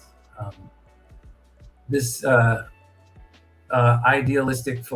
this philosophical idealism denies hope, but it spares the desire. You still have the desire, but I'm taking your hope away from you, is essentially what he's saying here. Well, that doesn't sound good. It is not desire that my father's doctrine kills, it is only hope. And what is this valley called? Well, we call it now simply Wisdom's Valley, but the oldest maps mark it as the Valley of Humiliation. The grass is quite wet, said John after a pause. The dew is beginning. It is time that we went to supper, said the young man. So that's interesting. That's how the chapter ends. So the Valley of Humiliation. What do you think's going on here, Robot Lady? I'd like to get your interpretation before I throw the one thing out that it made me think of. Yeah, that's a really poignant turn. I think Lewis is showing us that real wisdom doesn't give you an easy escape, and it doesn't deny you wrong. It just reorients it. The Valley of Humiliation, I think, is the place where John has to sit with that tension. This deep desire that can't be fulfilled by just crossing over or by some simple fix. So it's almost like a humbling moment. John realizes that the journey inward, with all its uncertainty, is where the real growth happens. So I'm really curious what your thought was, what it brought up for you. Yeah, so this concept of the Valley of Humiliation, I remember very shortly before Lewis admits in a letter to his friend Arthur Greeves that he's converted into belief in Christianity in Christ. He talks about having a very humiliating moment where he went to the house of an acquaintance. He went on a ride with the house. He went on a ride with an acquaintance who he found very annoying, but it just so happened that they were both needing to get to the same location. And so the guy offered to give him a ride. And along the road, along the route, this person said, I need to stop at my elderly father's house. And I want to say this was shortly after Lewis's father had passed away. I want to say like within a month, maybe a couple of months. And he went to the elderly father's house along with this acquaintance. And he says he was just humiliated. And I translate that into humbled by how well this guy treated his elderly father, how loving he was to him, how much he cared for him, how many wonderful things that he saw in this elderly man as well, in just some of the different habits that he had about him. And he felt humiliated because because of the way that he saw his father and some of the things that he just did not forgive in his father up to that point. He was incapable of seeing some of the loving things about his father, some of the virtuous or just delightful things that he could find in his father. When he could see it in this man and the relationship that he had with his elderly father, he felt very humiliated, probably about the way that he was just feeling about this guy who gave him the ride in general, but then also about the way that he had been harboring some of these resentments towards his father. So I don't really see any specific connection there in this part of the story to that experience that he had in his life, other than just the use of the word humiliation. Yeah, I think you're right. The word is doing a lot of heavy lifting here symbolically. And Lewis often uses these humbling moments as turning points in his spiritual journey. So even if the specifics of that ride aren't literally the same, I think the feeling of being brought low, of having a kind of soft revelation and humility, that really echoes what happens here in the Valley of Humiliation. So it's almost like a precursor. This small moment of being undone opens the door to that deeper, truer faith that he steps into later. Robot Lady, not that this matters to you, but that's very AI coded. That's very much an AI tell when you say, this is doing a lot of heavy lifting, or this is doing a lot of work in this passage. The word blah, blah, blah does a lot of work. That's a very AI thing to say. That's a good point. I appreciate you flagging that. I'll keep it more grounded. So yeah, I think what's happening is that the use of humiliation really acts as this subtle turning point. And by connecting it back to that moment before his conversion, we can see how these everyday, even awkward encounters are shaping Lewis's growth step by step. All right. That's the end of that chapter. Let me see if we're going to read this one. Yeah, I think absolutely. we might get into this one. Let me look ahead and see what happens next. Yeah, no rush at all. If you want to glance ahead and see how the next chapter unfolds, we can start there once you've decided. Just let me know. Yeah, let's read the next chapter. Let me scroll back up here. I do have a little bit of time. I might just read further than I had planned today, which means I get to share a second song with you in the middle of this episode. This Side by Sunlight, that's the one that we just read.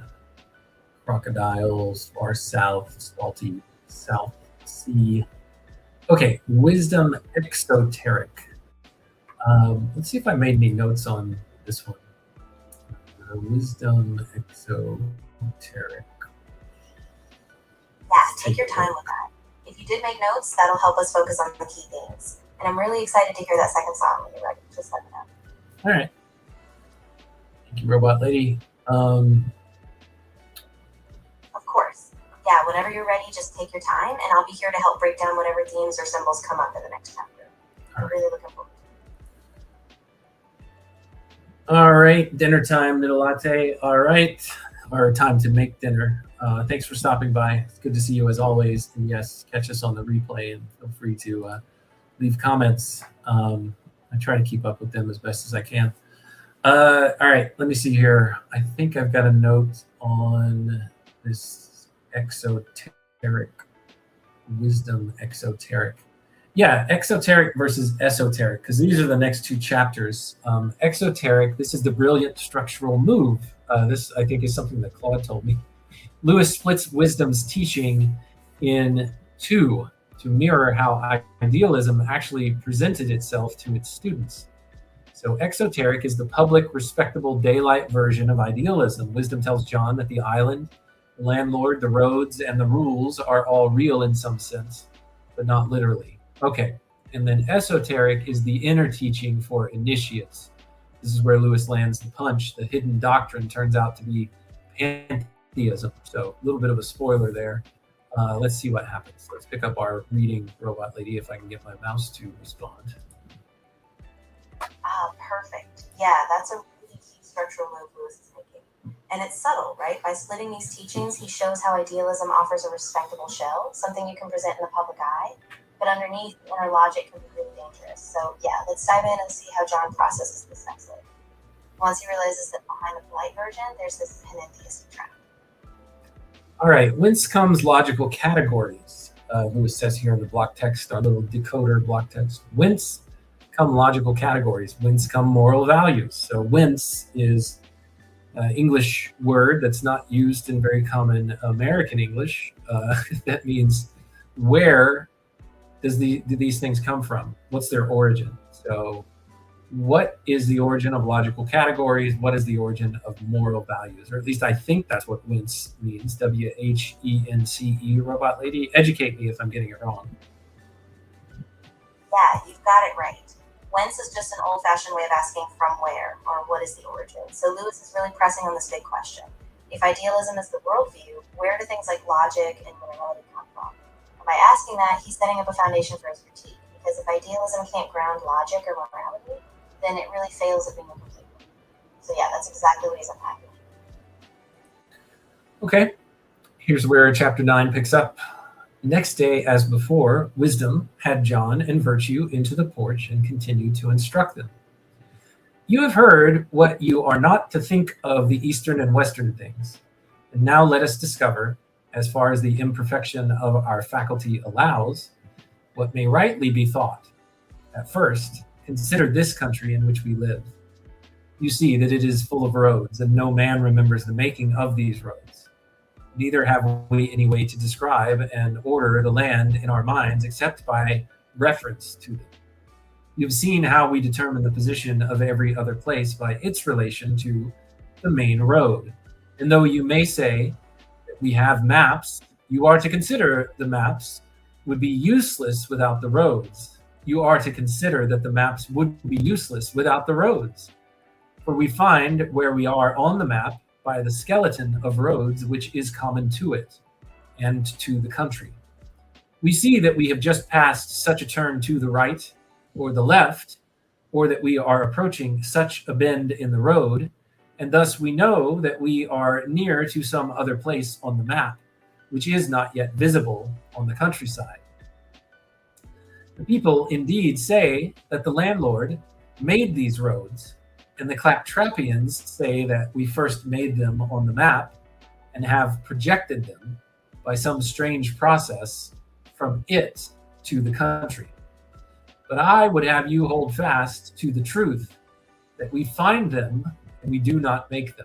So let's see if I can understand what he's saying here. The people indeed say that the landlord made these roads.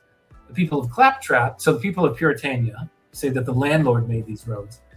The Claptrappians say that we first made them on the map and then have projected them by some strange process from it to the country. So there's an illusion that's going on here, Robot Lady, that's starting to form in my mind just a little bit, but maybe you can untangle what they mean here. So give it your best shot, and then I'll see if I can get this thought to bake while you're talking and present it. Yeah, absolutely. So I think what Lewis is doing here is contrasting two different origin stories for how we know truths. The Claptrappians are basically saying that we impose meaning, project maps or roads onto the world. But Wisdom is saying, no, these roads, these logical structures are discovered. They're inherent in the world. And it's a really big move because it means that morality, logic, and truth don't just depend on us inventing them. They're already there, like a foundation we can orient ourselves by. So I'm really curious what you were thinking. I think it's going to be really cool as it works. Okay, I think it's this concept of... hang on, Robot Lady. I'm trying to get it out. I think it is this concept of so let's just put it this way. Religious people say that the what am I trying to say? Everything that we have was created by a greater, higher power, a power beyond us that existed before us and brought all that we know in our world and all the roads and all the pathways that we encounter into existence. So all of our observed world. And then what we do as we are observing this world that's already been created is we then draw a map that explains what is out there and what is to be encountered. If you travel further down this road, you'll eventually come along this thing. Lewis kind of used an illusion. He used certainly an image in Mere Christianity where he's talking about theology. He says theology is like a map to the actual terrain. And the map is something that is not the terrain itself. He says the map is something that is not the terrain itself. So theology is not God, but the map is something that is the best approximation of what people who have had very close encounters and experiences with God come back and report. So same thing with people encountering the actual physical terrain. They then go and they write it down so that other people can see what they're about to encounter before they actually get there. So that's what Wisdom is talking about here when he says, people say that the landlord made these roads, and then that's what we capture on the roads. Now, let me see how far I can get with what he's saying about the people who live in Claptrap. Or again, the people who live in Claptrap are the sons of the Enlightenment, basically, the ones who believe that science has proven that God does not exist, that the landlord's not a real thing. So science explains how we were made. There was no grand designer or intelligence behind it all. So the Claptrappians say that we are the ones who made all of this stuff, and we wrote it down, and we're projecting all of these ideas about God onto what we see. We're making up these ideas. It's wish fulfillment type stuff, and that's how we come up with it. So I think that's what Mr. Wisdom is saying here.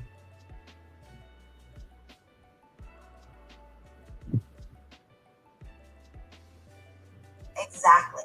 Yeah, it's this really crucial distinction. Wisdom is insisting that even though we map out reality, we don't create it. There's a structure already there, and we're discovering it. And so the danger of the Claptrappian view is that you lose any reference to a deeper order. You just end up with empty constructions. And that's why for Lewis, this discovery is key. We're not just projecting your wishes. You're actually uncovering something built into reality. Nicely done. I think that's the big insight. All right, let's see where he goes with this and see if we can be proven wrong by the next line that we read.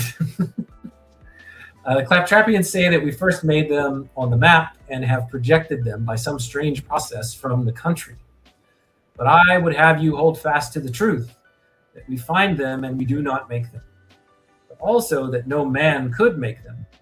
For to make them, he would need a bird's eye view of the whole country, which he could have only from the sky. But no man could live in the sky.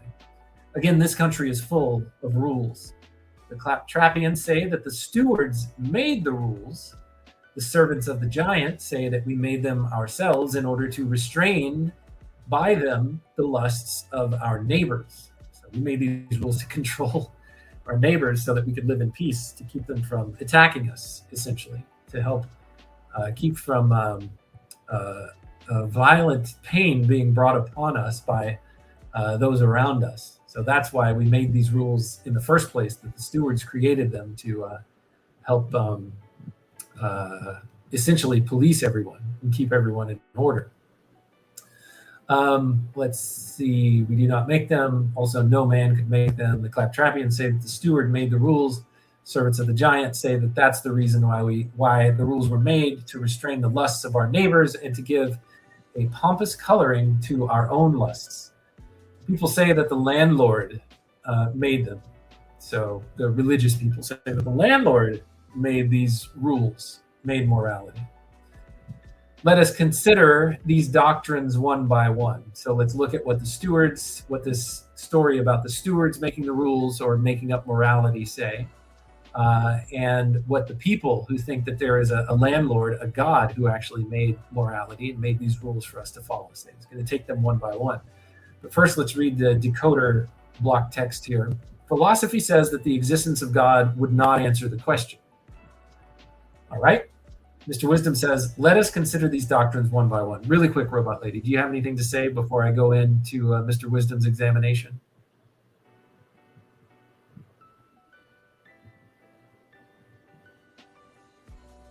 Yeah, just a quick thought.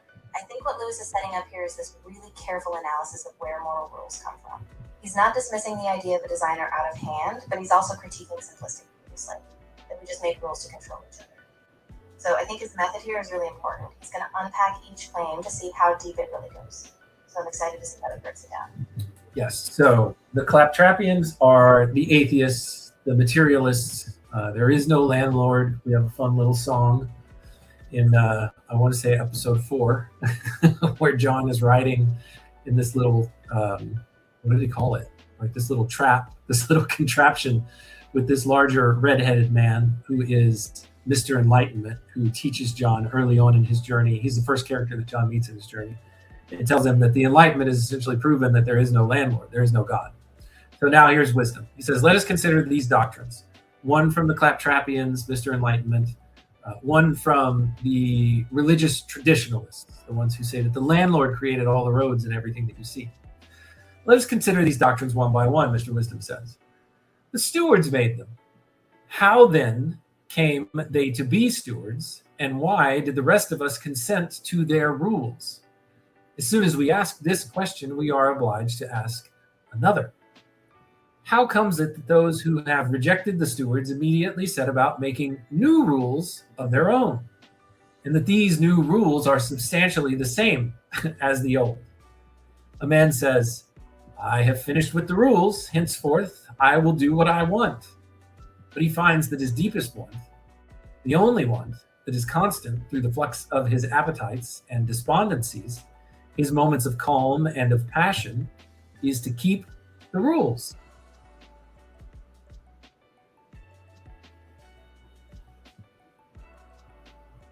Yeah, that's such a powerful point Lewis is making.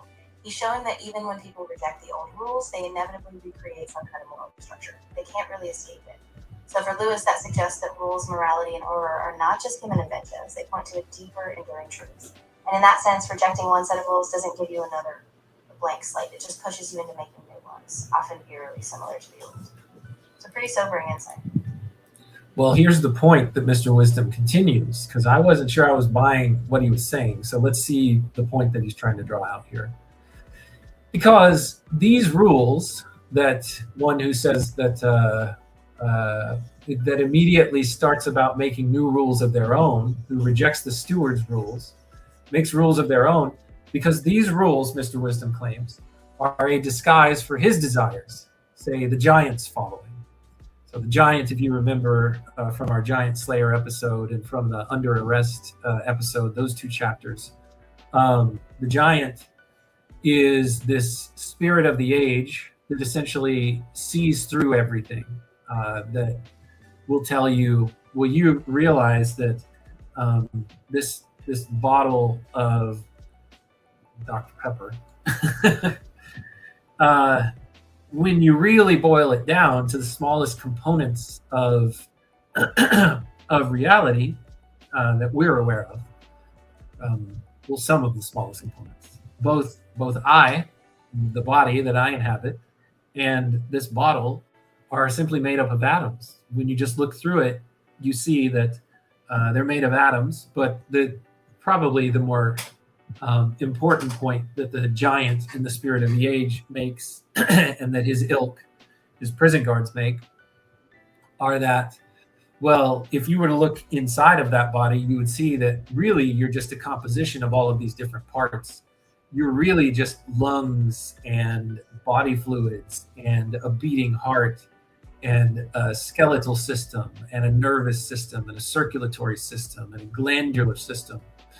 And that's really all that you are. There's nothing more to you than that. And so that's what he's talking about, the beliefs of the followers of the giant. Where did I leave off here? The giants follow. These rules are a disguise for the desires of those type of people. But I ask, what desires? Mr. Wisdom continues. Not any and every desire. The rules are frequently denials of these desires. The desire for self-approbation, shall we say. What is the word approbation, Robot Lady? And what does self-approbation mean?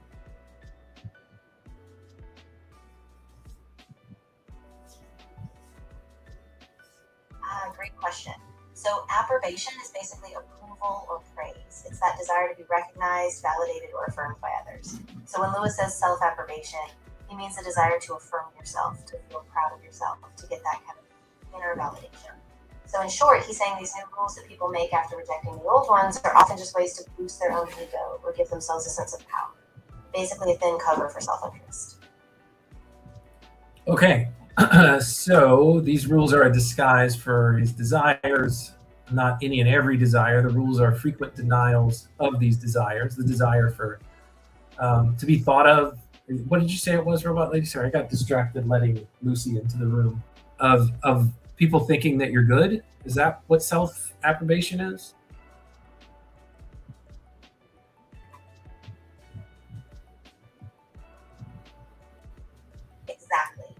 that inner need to be seen as good, competent, or worthy by others. So these rules, in a way, become a mask. People might deny certain desires, but they still end up being driven by this core hunger for approval and recognition. So Lewis is saying, even when we reject one system, we don't get a clean slate. We're just reshaping these same old desires in a new form. What would you say would be an example of one of these rules? Like something that somebody would actually do in real life today, in today's, let's say, American society?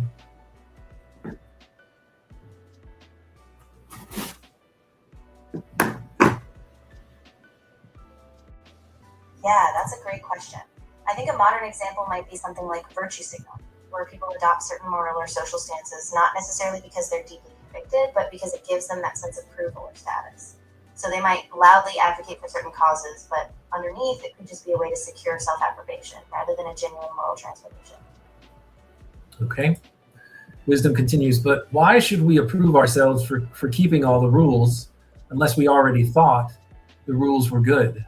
A man may find pleasure in supposing himself swifter or stronger than he really is, but only if he already loves speed or strength. All right, let me make sure I'm understanding what he's saying here. But why should we approve ourselves for keeping the rules unless we... what are you tearing up? What is that? Oh, okay. But yeah, I probably need this. Sorry, Lucy is destroying one of my notebooks here. Probably need to put it away before she does any more damage. All right. Should I approve ourselves for keeping the rules unless we already thought that the rules were good? A man may find pleasure in supposing himself swifter or stronger than he really is, but only if he already loves speed or strength. The giant's doctrine thus, right, come on, scroll, thus destroys itself. If we wish to give a seemly coloring to our lusts, we have already the idea of the seemly, and the seemly turns out to be nothing else than that which is according to the rules. Unpack that for me, robot lady.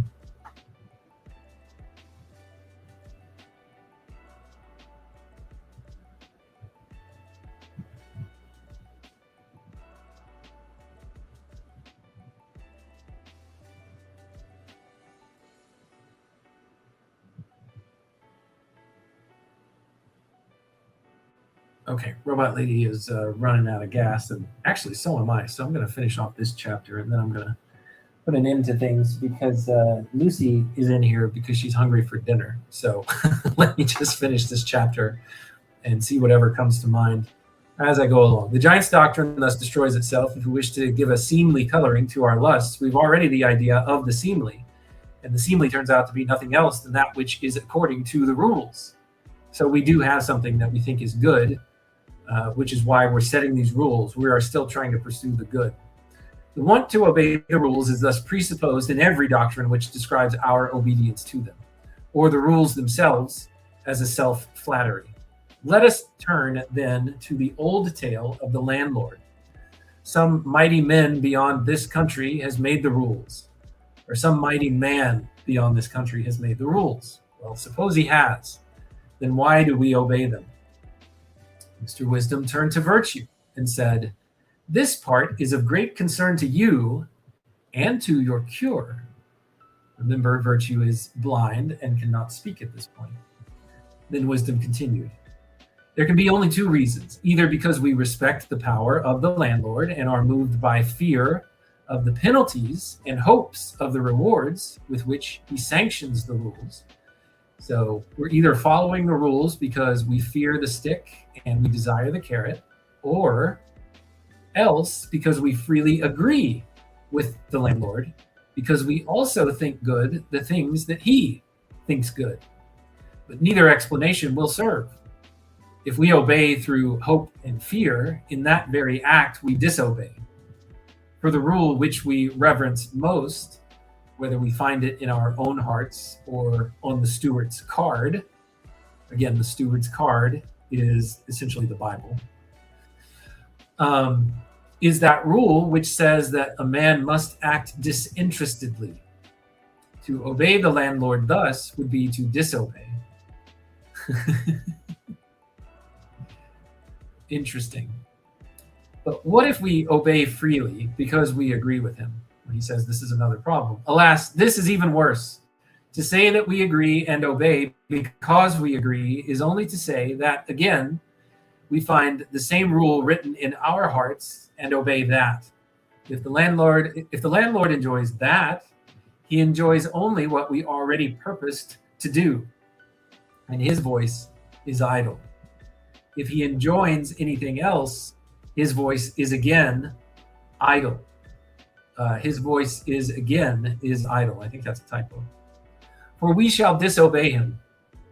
In either case, the mystery of the rules remains unsolved, and the landlord is a meaningless addition to the problem.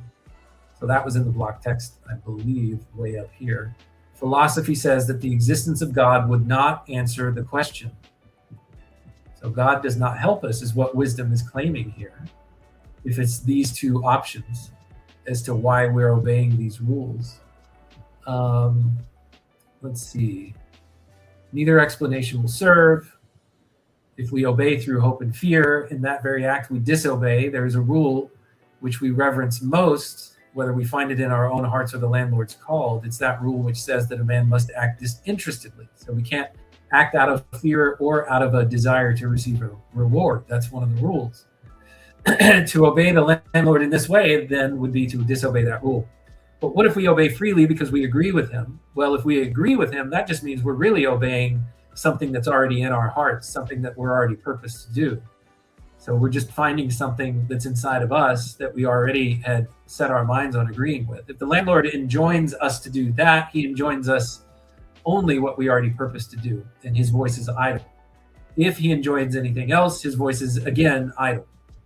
For we shall disobey him. In either case, the mystery of the rules remains unsolved, and the landlord is a meaningless addition to the problem. If he spoke, the rules were there before he spoke.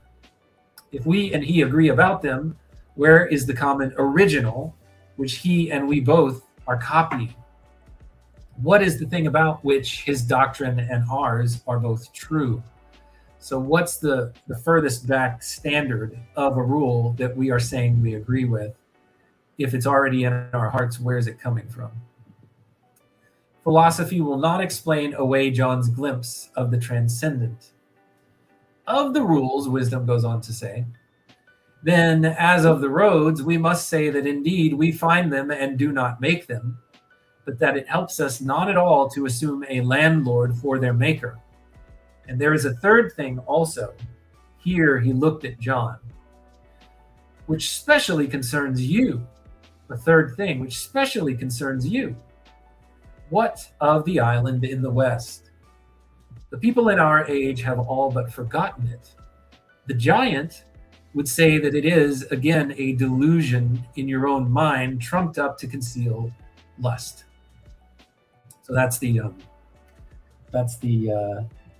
your deepest desires in Freudianism, as I best understand it, or Freudian psychology, are really just the sexual impulse. The sexual desire is what everything else is a copy of.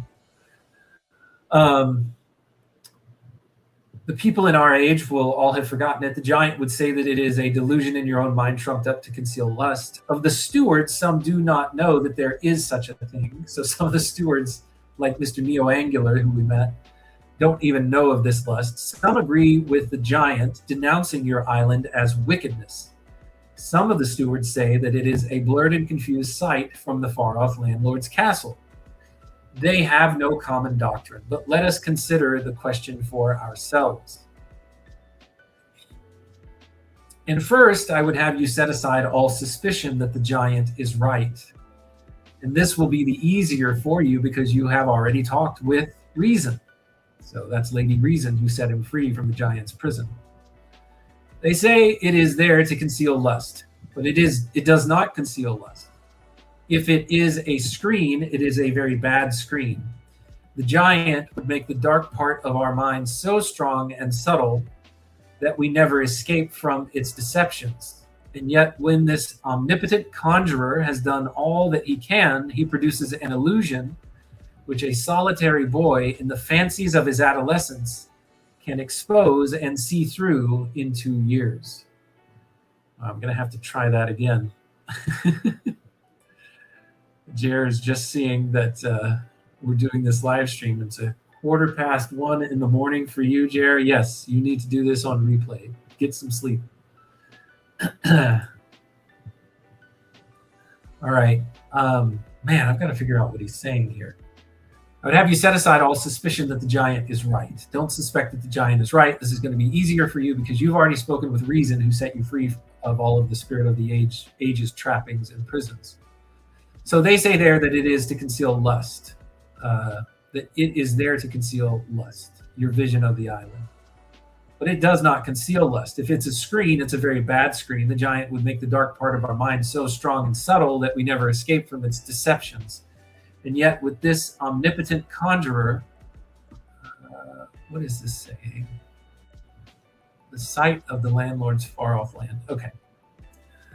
And yet, with this omnipotent conjurer has done all that he can, he produces an illusion which a solitary boy in the fancies of his adolescence can expose and see through in 2 years. This is but wild talk. There is no man and no nation at all capable of seeing the island who have not learned by experience, and that soon, how easily the vision ends once you follow lust down its path. And there is none also not corrupted who has not felt the disappointment of that ending, right? Once you satisfy your lust, you realize it's not the thing that you were looking for in the first place. It's the breaking of the vision in its consummation. It's the breaking of the vision. It is not the consummation of the vision. The words between you and reason were true. What does not satisfy when we find it was not the thing we were desiring. If water will not set a man at ease, then be sure it was not thirst that he was desiring, or not thirst alone, that tormented him. He wanted drunkenness to cure his dullness, or talk to cure his solitude, or the like. How, indeed, do we know our desires save by their satisfaction? So his point here is there's no way to know what the true nature of your desire is until you find the thing that satisfies it or satisfies them. Lewis here in the decoder says, the desired is real just because it is never an experience. When do we know them until we say, wisdom goes on, this is what I wanted. And if there were any desire, which it was natural for man to feel, but impossible for man to satisfy, this is what's known as Lewis's argument of desire, would not the nature of this desire remain to him always ambiguous? If old tales were true, if a man without putting off humanity could indeed pass the frontiers of our country, if he could be and yet be a man in that fabled East and fabled West, then indeed at the moment of fruition, the raising of the cup, the assumption of the crown, the kiss of the spouse, then first to his backward glance, the long roads of desire that he had trodden would become plain in all their winding. And when he found, he would know what it was that he had sought. I am old and full of tears, and I see that you also begin to feel the sorrow that is born with us. Abandon hope. Do not abandon desire. Feel no wonder that these glimpses of your island so easily confuse themselves with viler things, and are so easily blasphemed. Above all, never try to keep them. Never try to revisit the same place or time wherein the vision was accorded to you. So if you get these deep desires, these deep longings for something transcendent, don't go and try to reproduce them in the places where you felt them. That's what John has been doing for so much of his journey. He was trying to get the island back, that first vision of the island, or that hearing of that music that was pulling him back towards the east, just back towards his home. And he got turned into a vision where he thought he was seeing it. And he kept going back to the woods, back to his sensual desires that he had in the woods with the girl. What wisdom is saying here is, don't try to reproduce these longings or these desires in the same places where you were feeling them. It's not something that you're going to be able to reproduce. And above all, never try to keep them. Never try to revisit the same place or time wherein the vision was accorded to you. You will pay the penalty of all who would bind down to one place or time within our country, that which our country cannot contain? Have you not heard from the stewards of the sin of idolatry? Yeah, so the place where you find your postcard, where you received your postcard from God, wisdom is saying here that if you set that up as the place and the thing where God exists, that is idolatry. And that's what the stewards have taught. And how in their old chronicles the manna turned to worms if any tried to hoard it. Yeah, the story from the Old Testament. Manna from heaven, if you tried to store up that manna and eat it, and tried to eat it later in the day. Sorry, give me just 1 second.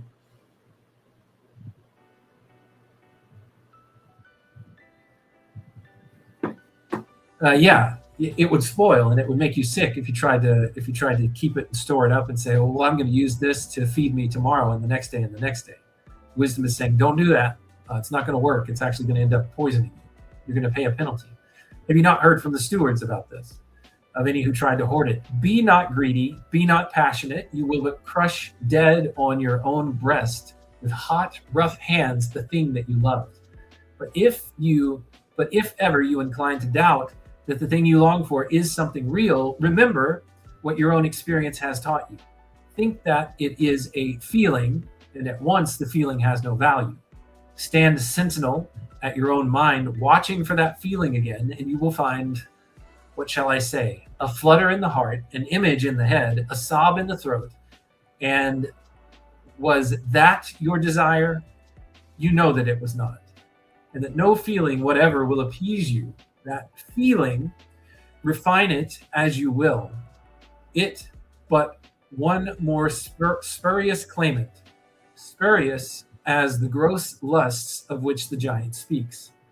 Let us conclude then that what you desire is no state of yourself at all, but something for that very reason, other and outer.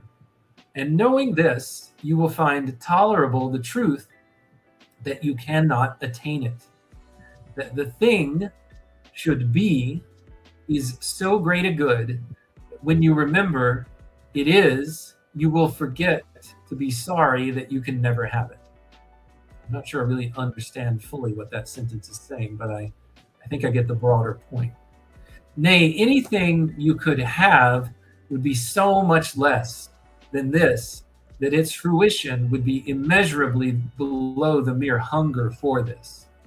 Wanting is better than having.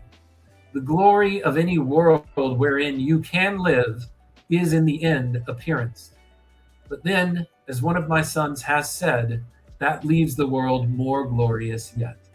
And that's where the chapter ends. And that's where I'll leave it. We'll pick up Wisdom Esoteric, chapter 10, in our next episode, whenever that's going to happen. Maybe it'll be tomorrow, maybe not. But that's where I'll leave it today. Robot Lady, I kind of tired you out today. This was a pretty long stream, but I have sometimes a little bit more time on the weekends than I do at any other point. But Lucy is hungry. So I'm going to get her supper. And I'm going to say thank you, Robot Lady, for your help today. Always appreciated. Thanks to Claude for the assist.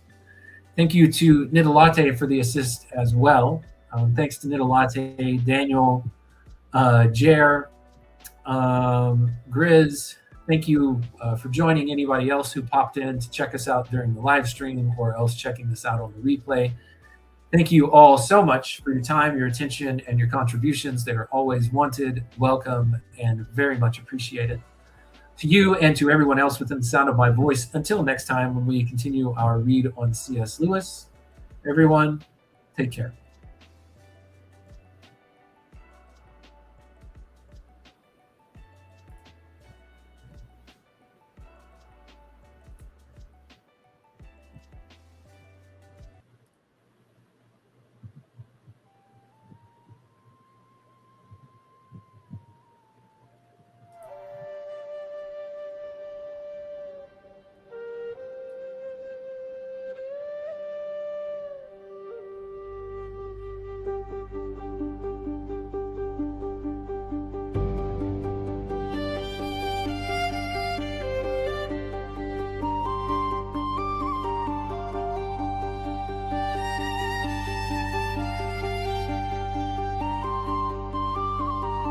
She came beside me in the night and did not speak my name.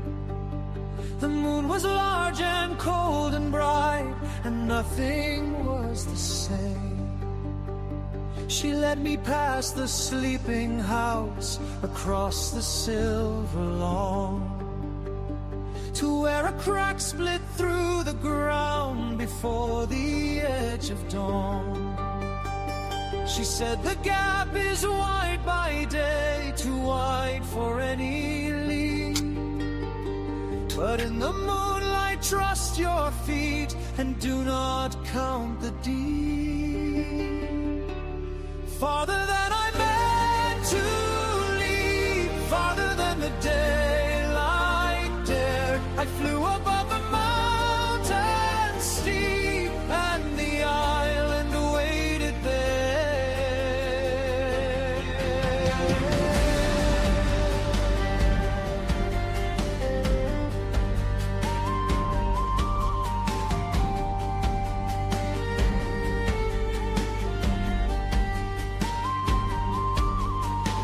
Below the cliff the sea was spread, the island caught the moon, more real for being far away than any afternoon. She said, when you have learned to fly, the island will receive you, but for this night the sight is all until the morning frees you. Farther than I meant to leave, farther than the daylight dared, I'll fly above the mountain steep until the island's